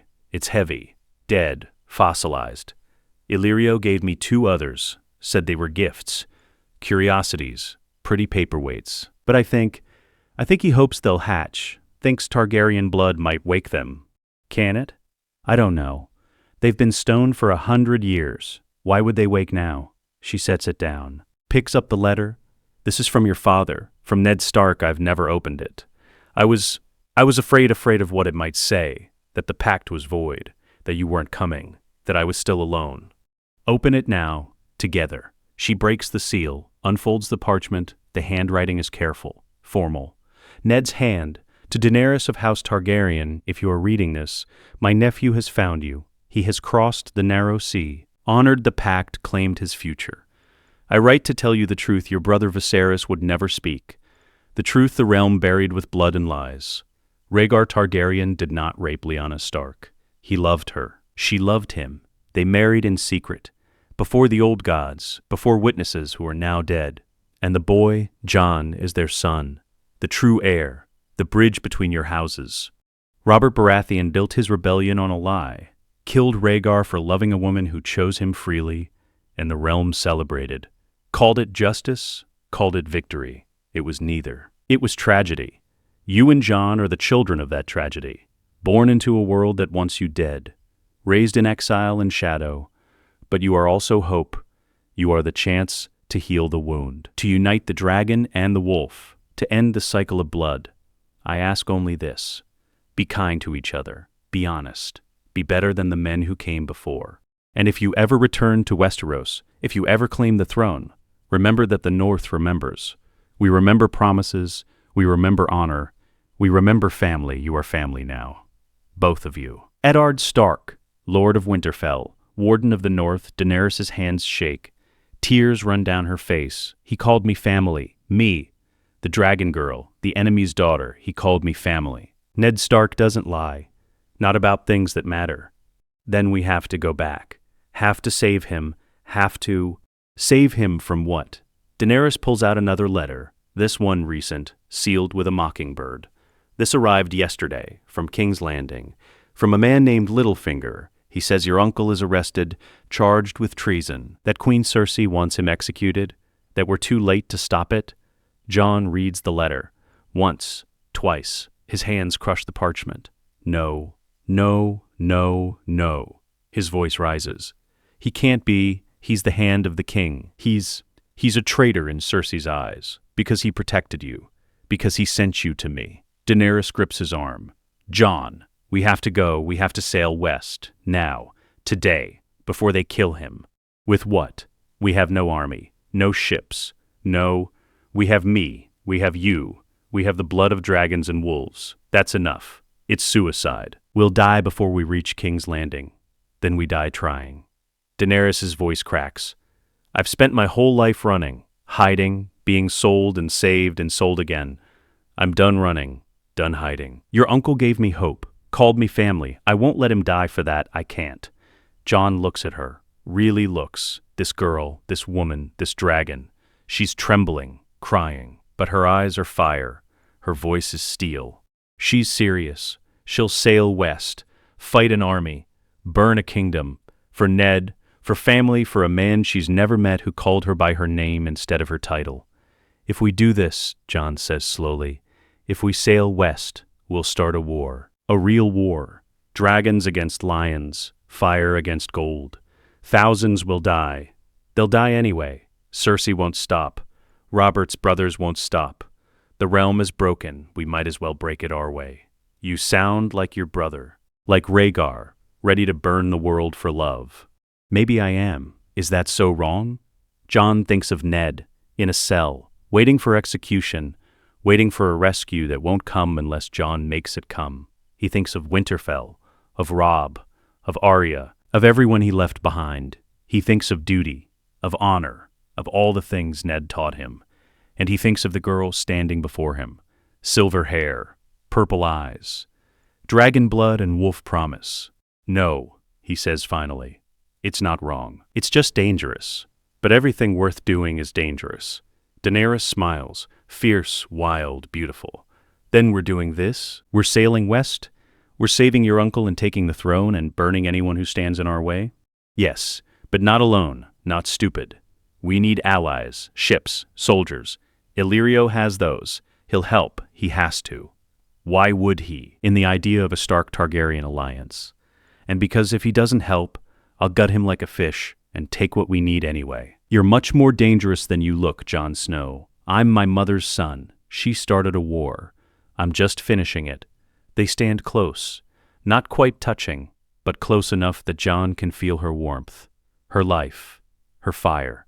When we reach Westeros, Daenerys says softly, when we take King's Landing, when we sit the Iron Throne, what happens then? Fire and ice. And we try to be better than everyone who came before. And if we fail, then at least we tried. At least we burned together. That's all anyone can ask for. Daenerys takes his hand. Jon Snow, I think I'm going to like being married to you. We're not married yet. Details. She echoes Illyrio's word. Her smile is wicked. We will be. Soon. And then the realm will have something to fear. Not a mad king, not a usurper, but a dragon and a wolf. United, unbreakable, unstoppable. Jon hopes she's right, but hope is a dangerous thing. And they've just chosen to hope anyway. Together.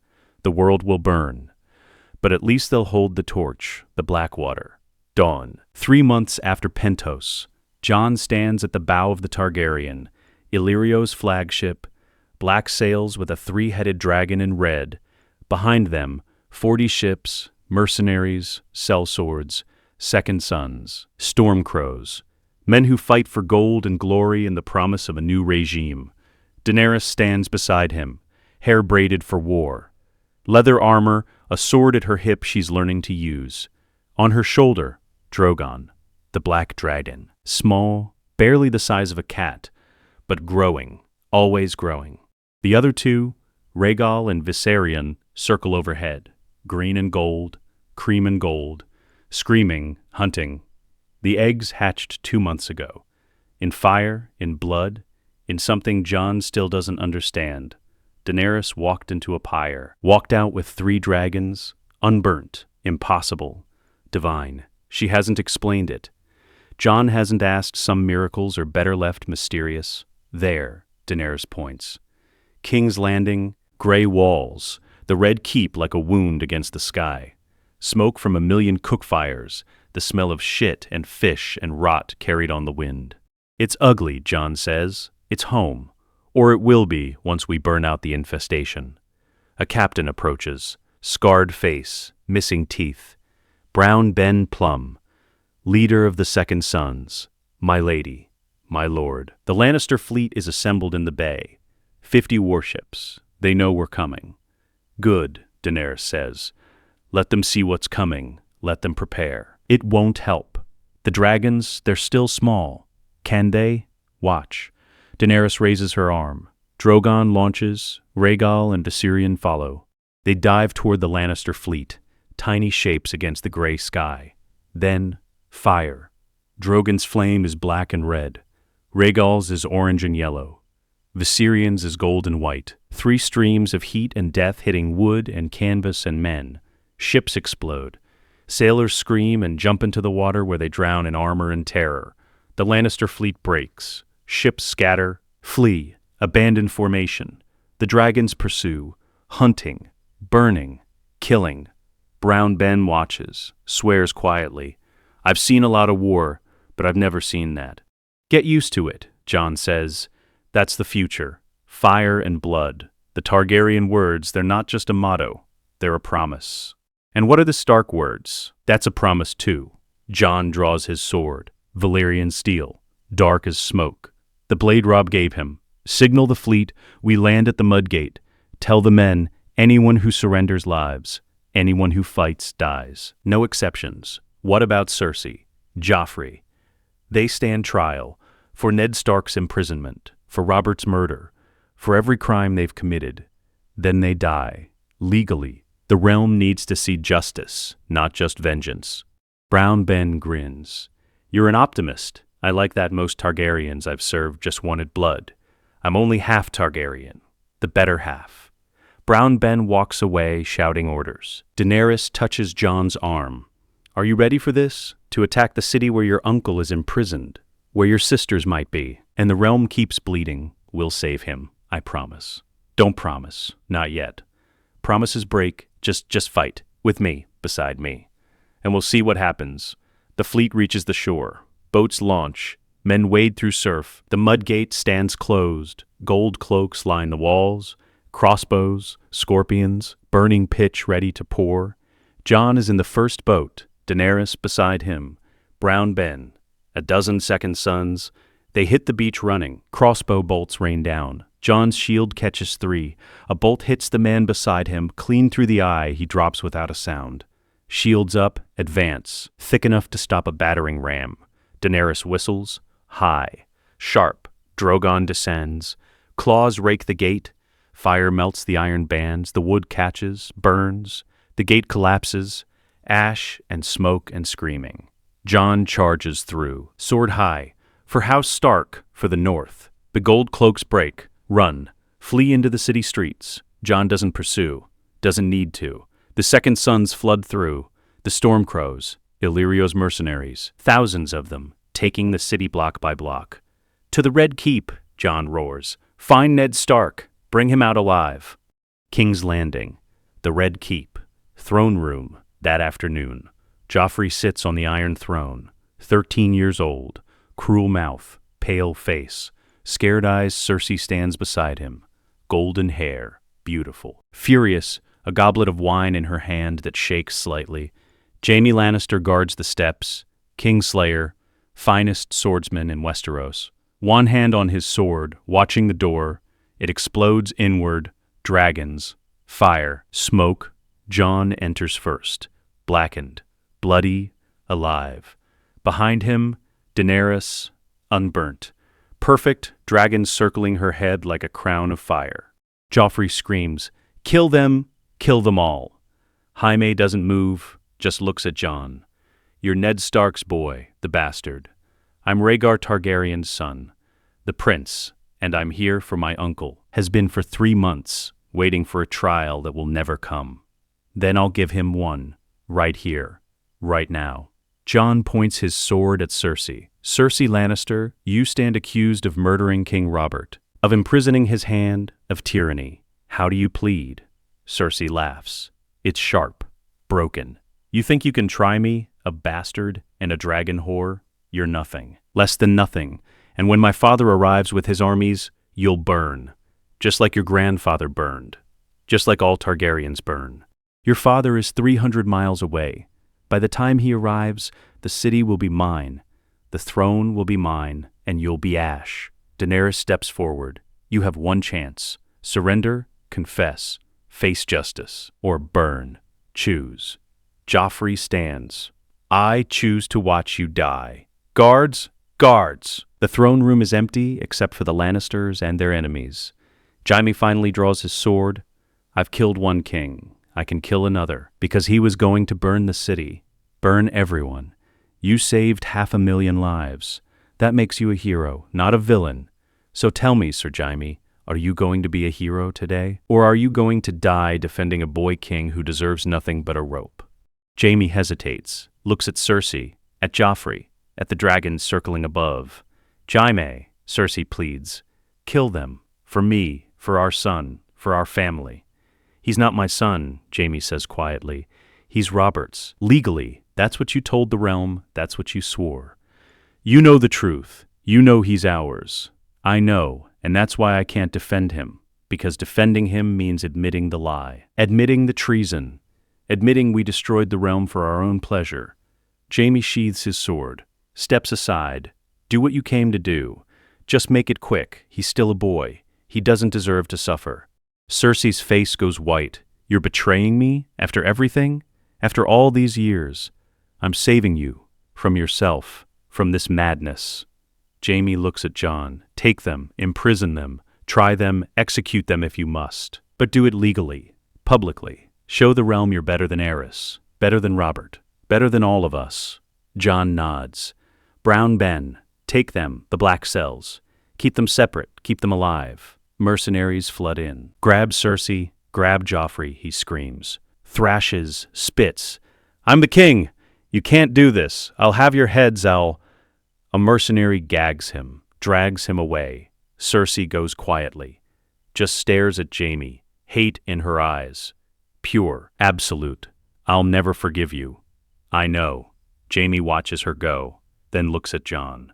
"Your uncle, he's 3 levels down, cell 7. He's weak, starved, but alive. I made sure of that. Made sure they didn't hurt him worse than they already had. Why? Because he's a good man, and good men are rare. We can't afford to lose them." Jaime walks to the throne, sits on the steps, tired, broken. What happens now? You take the throne, marry the dragon girl, rule the 7 kingdoms. Something like that.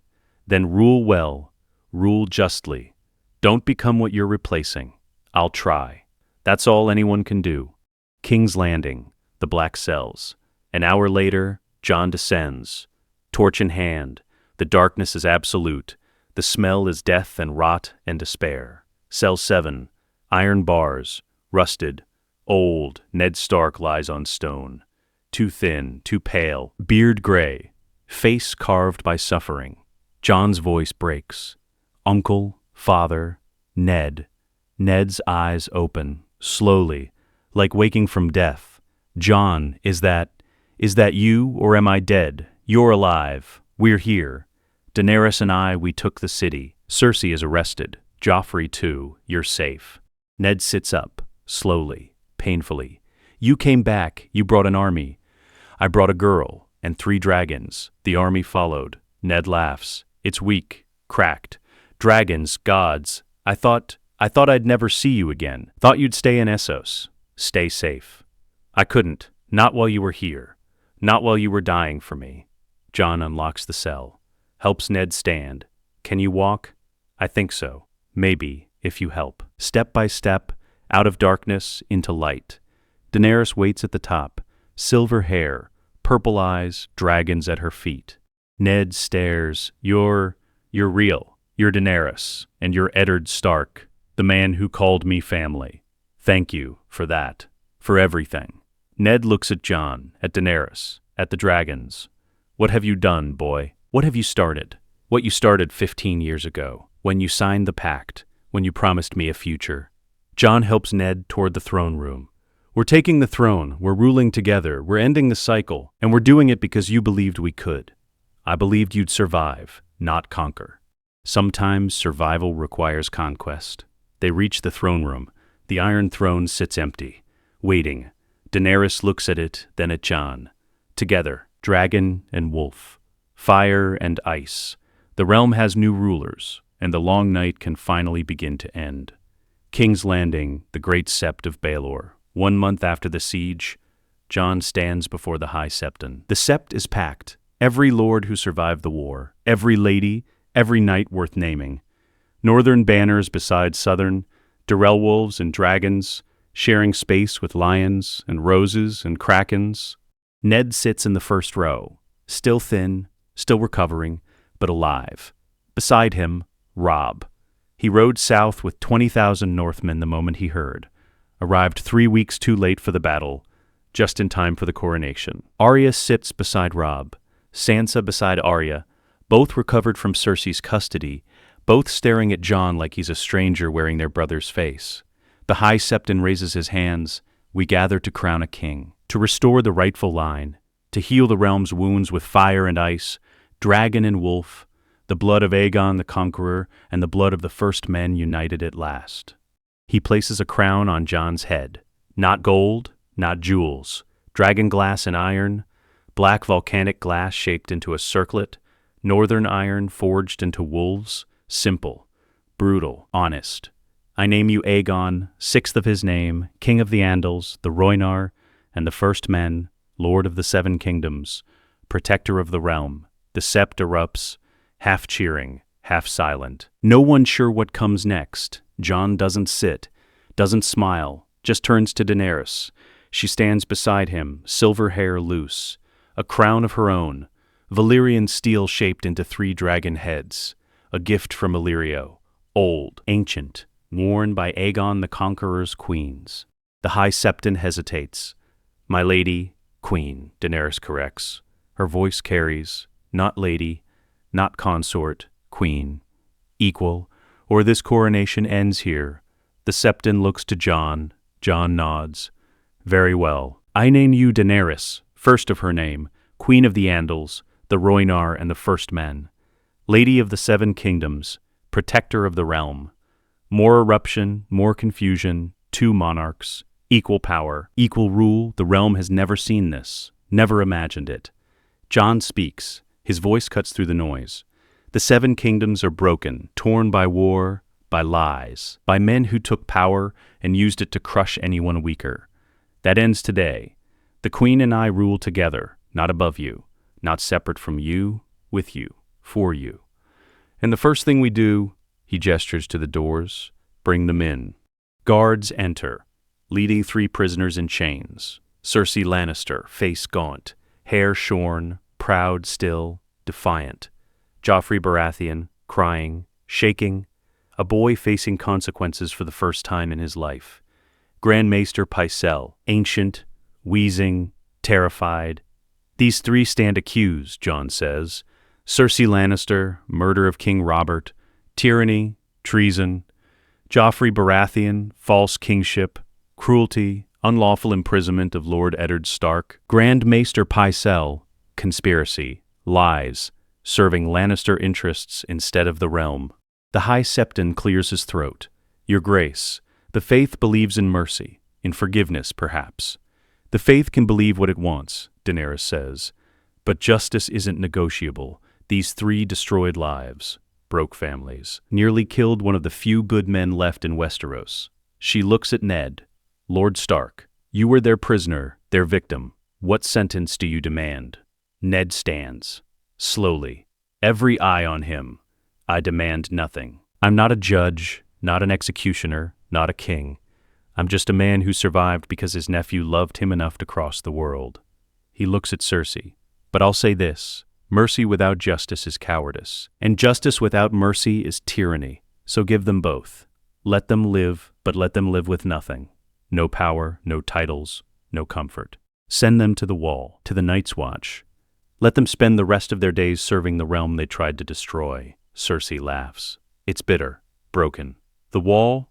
You think You'll accept it," Jon says, "or you'll burn, dragonfire. Here, now, in front of everyone. Choose." Cersei's laughter dies. She looks at Joffrey, at her son, her legacy, her reason for everything.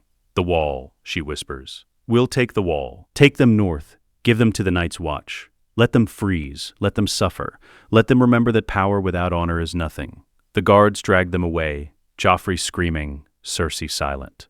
Pycelle begging. The Sept watches, some satisfied, some horrified. No one sure if this is justice or cruelty.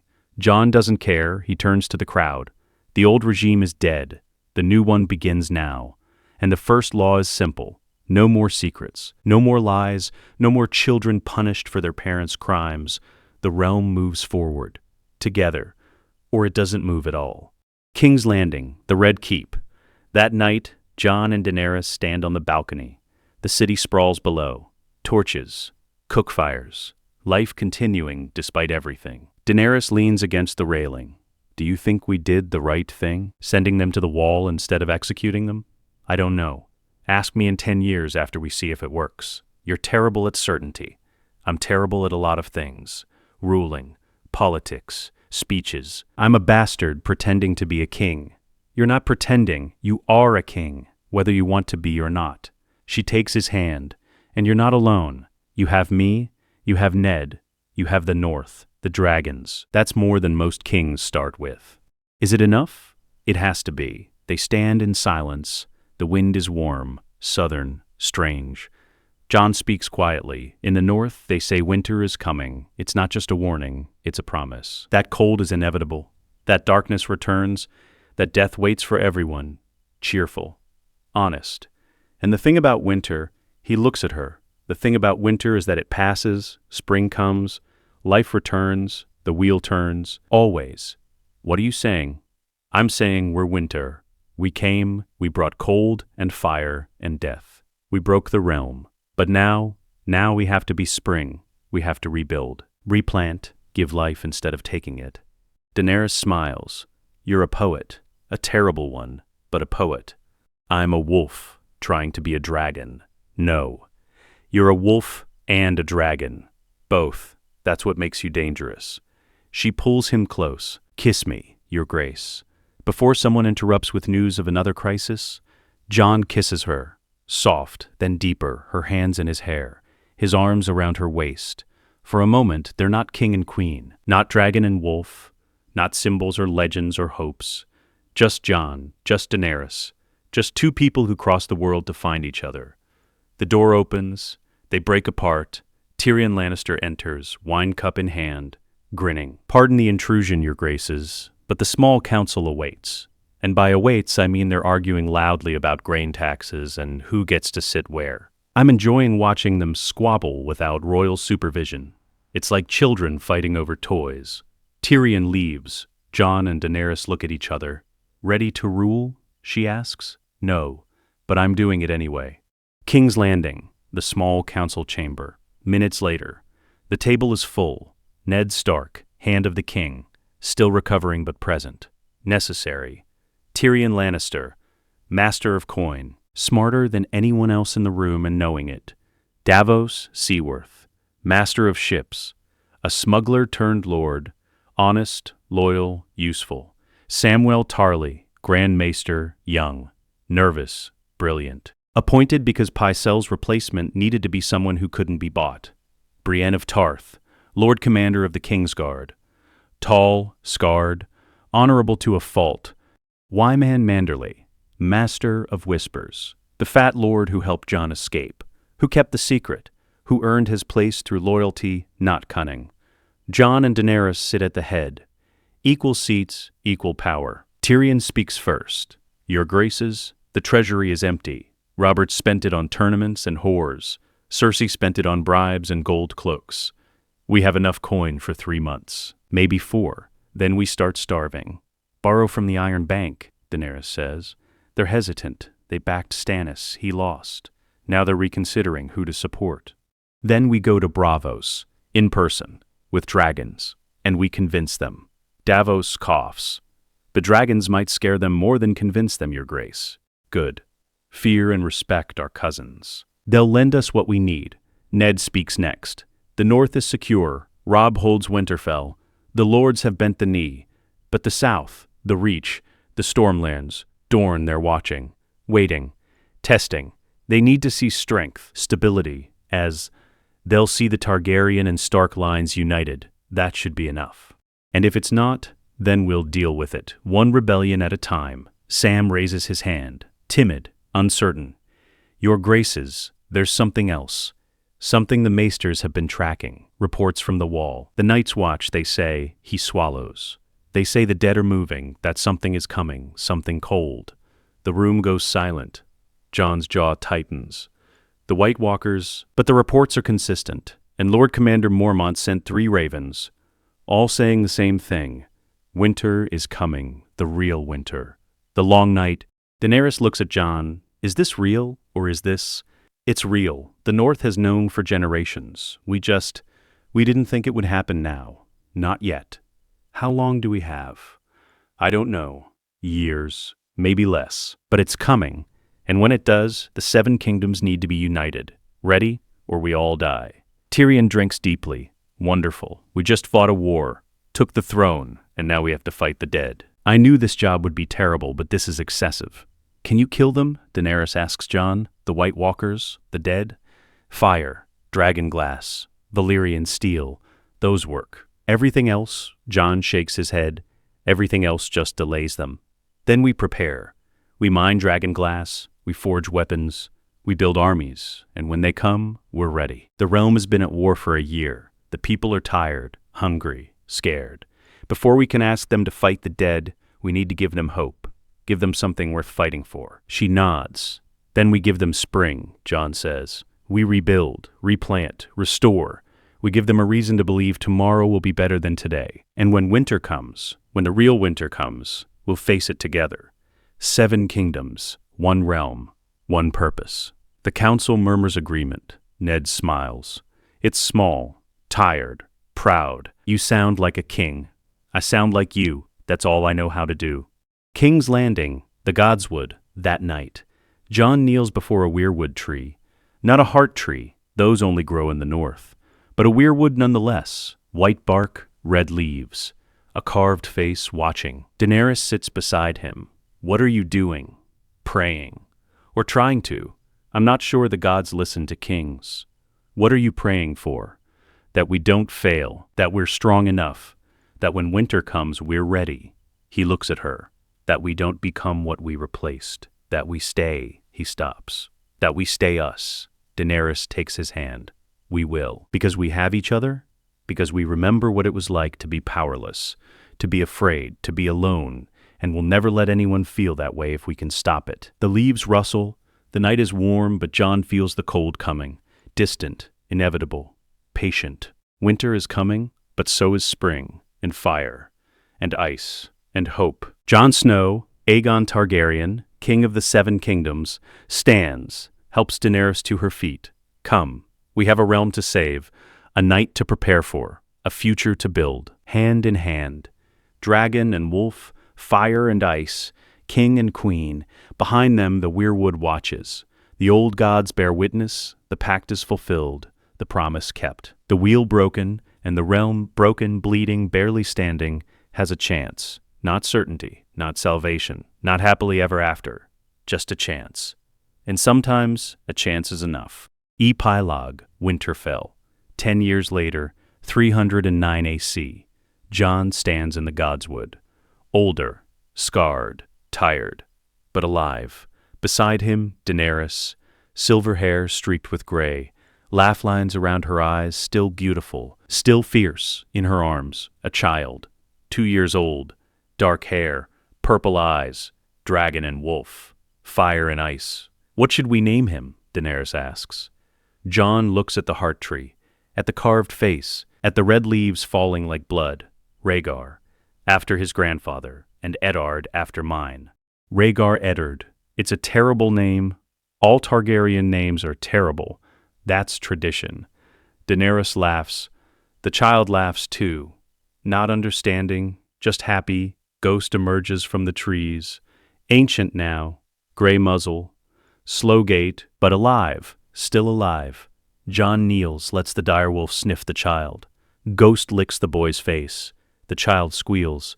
He approves, Jon says. Good. We need all the approval we can get. Daenerys looks at the sky.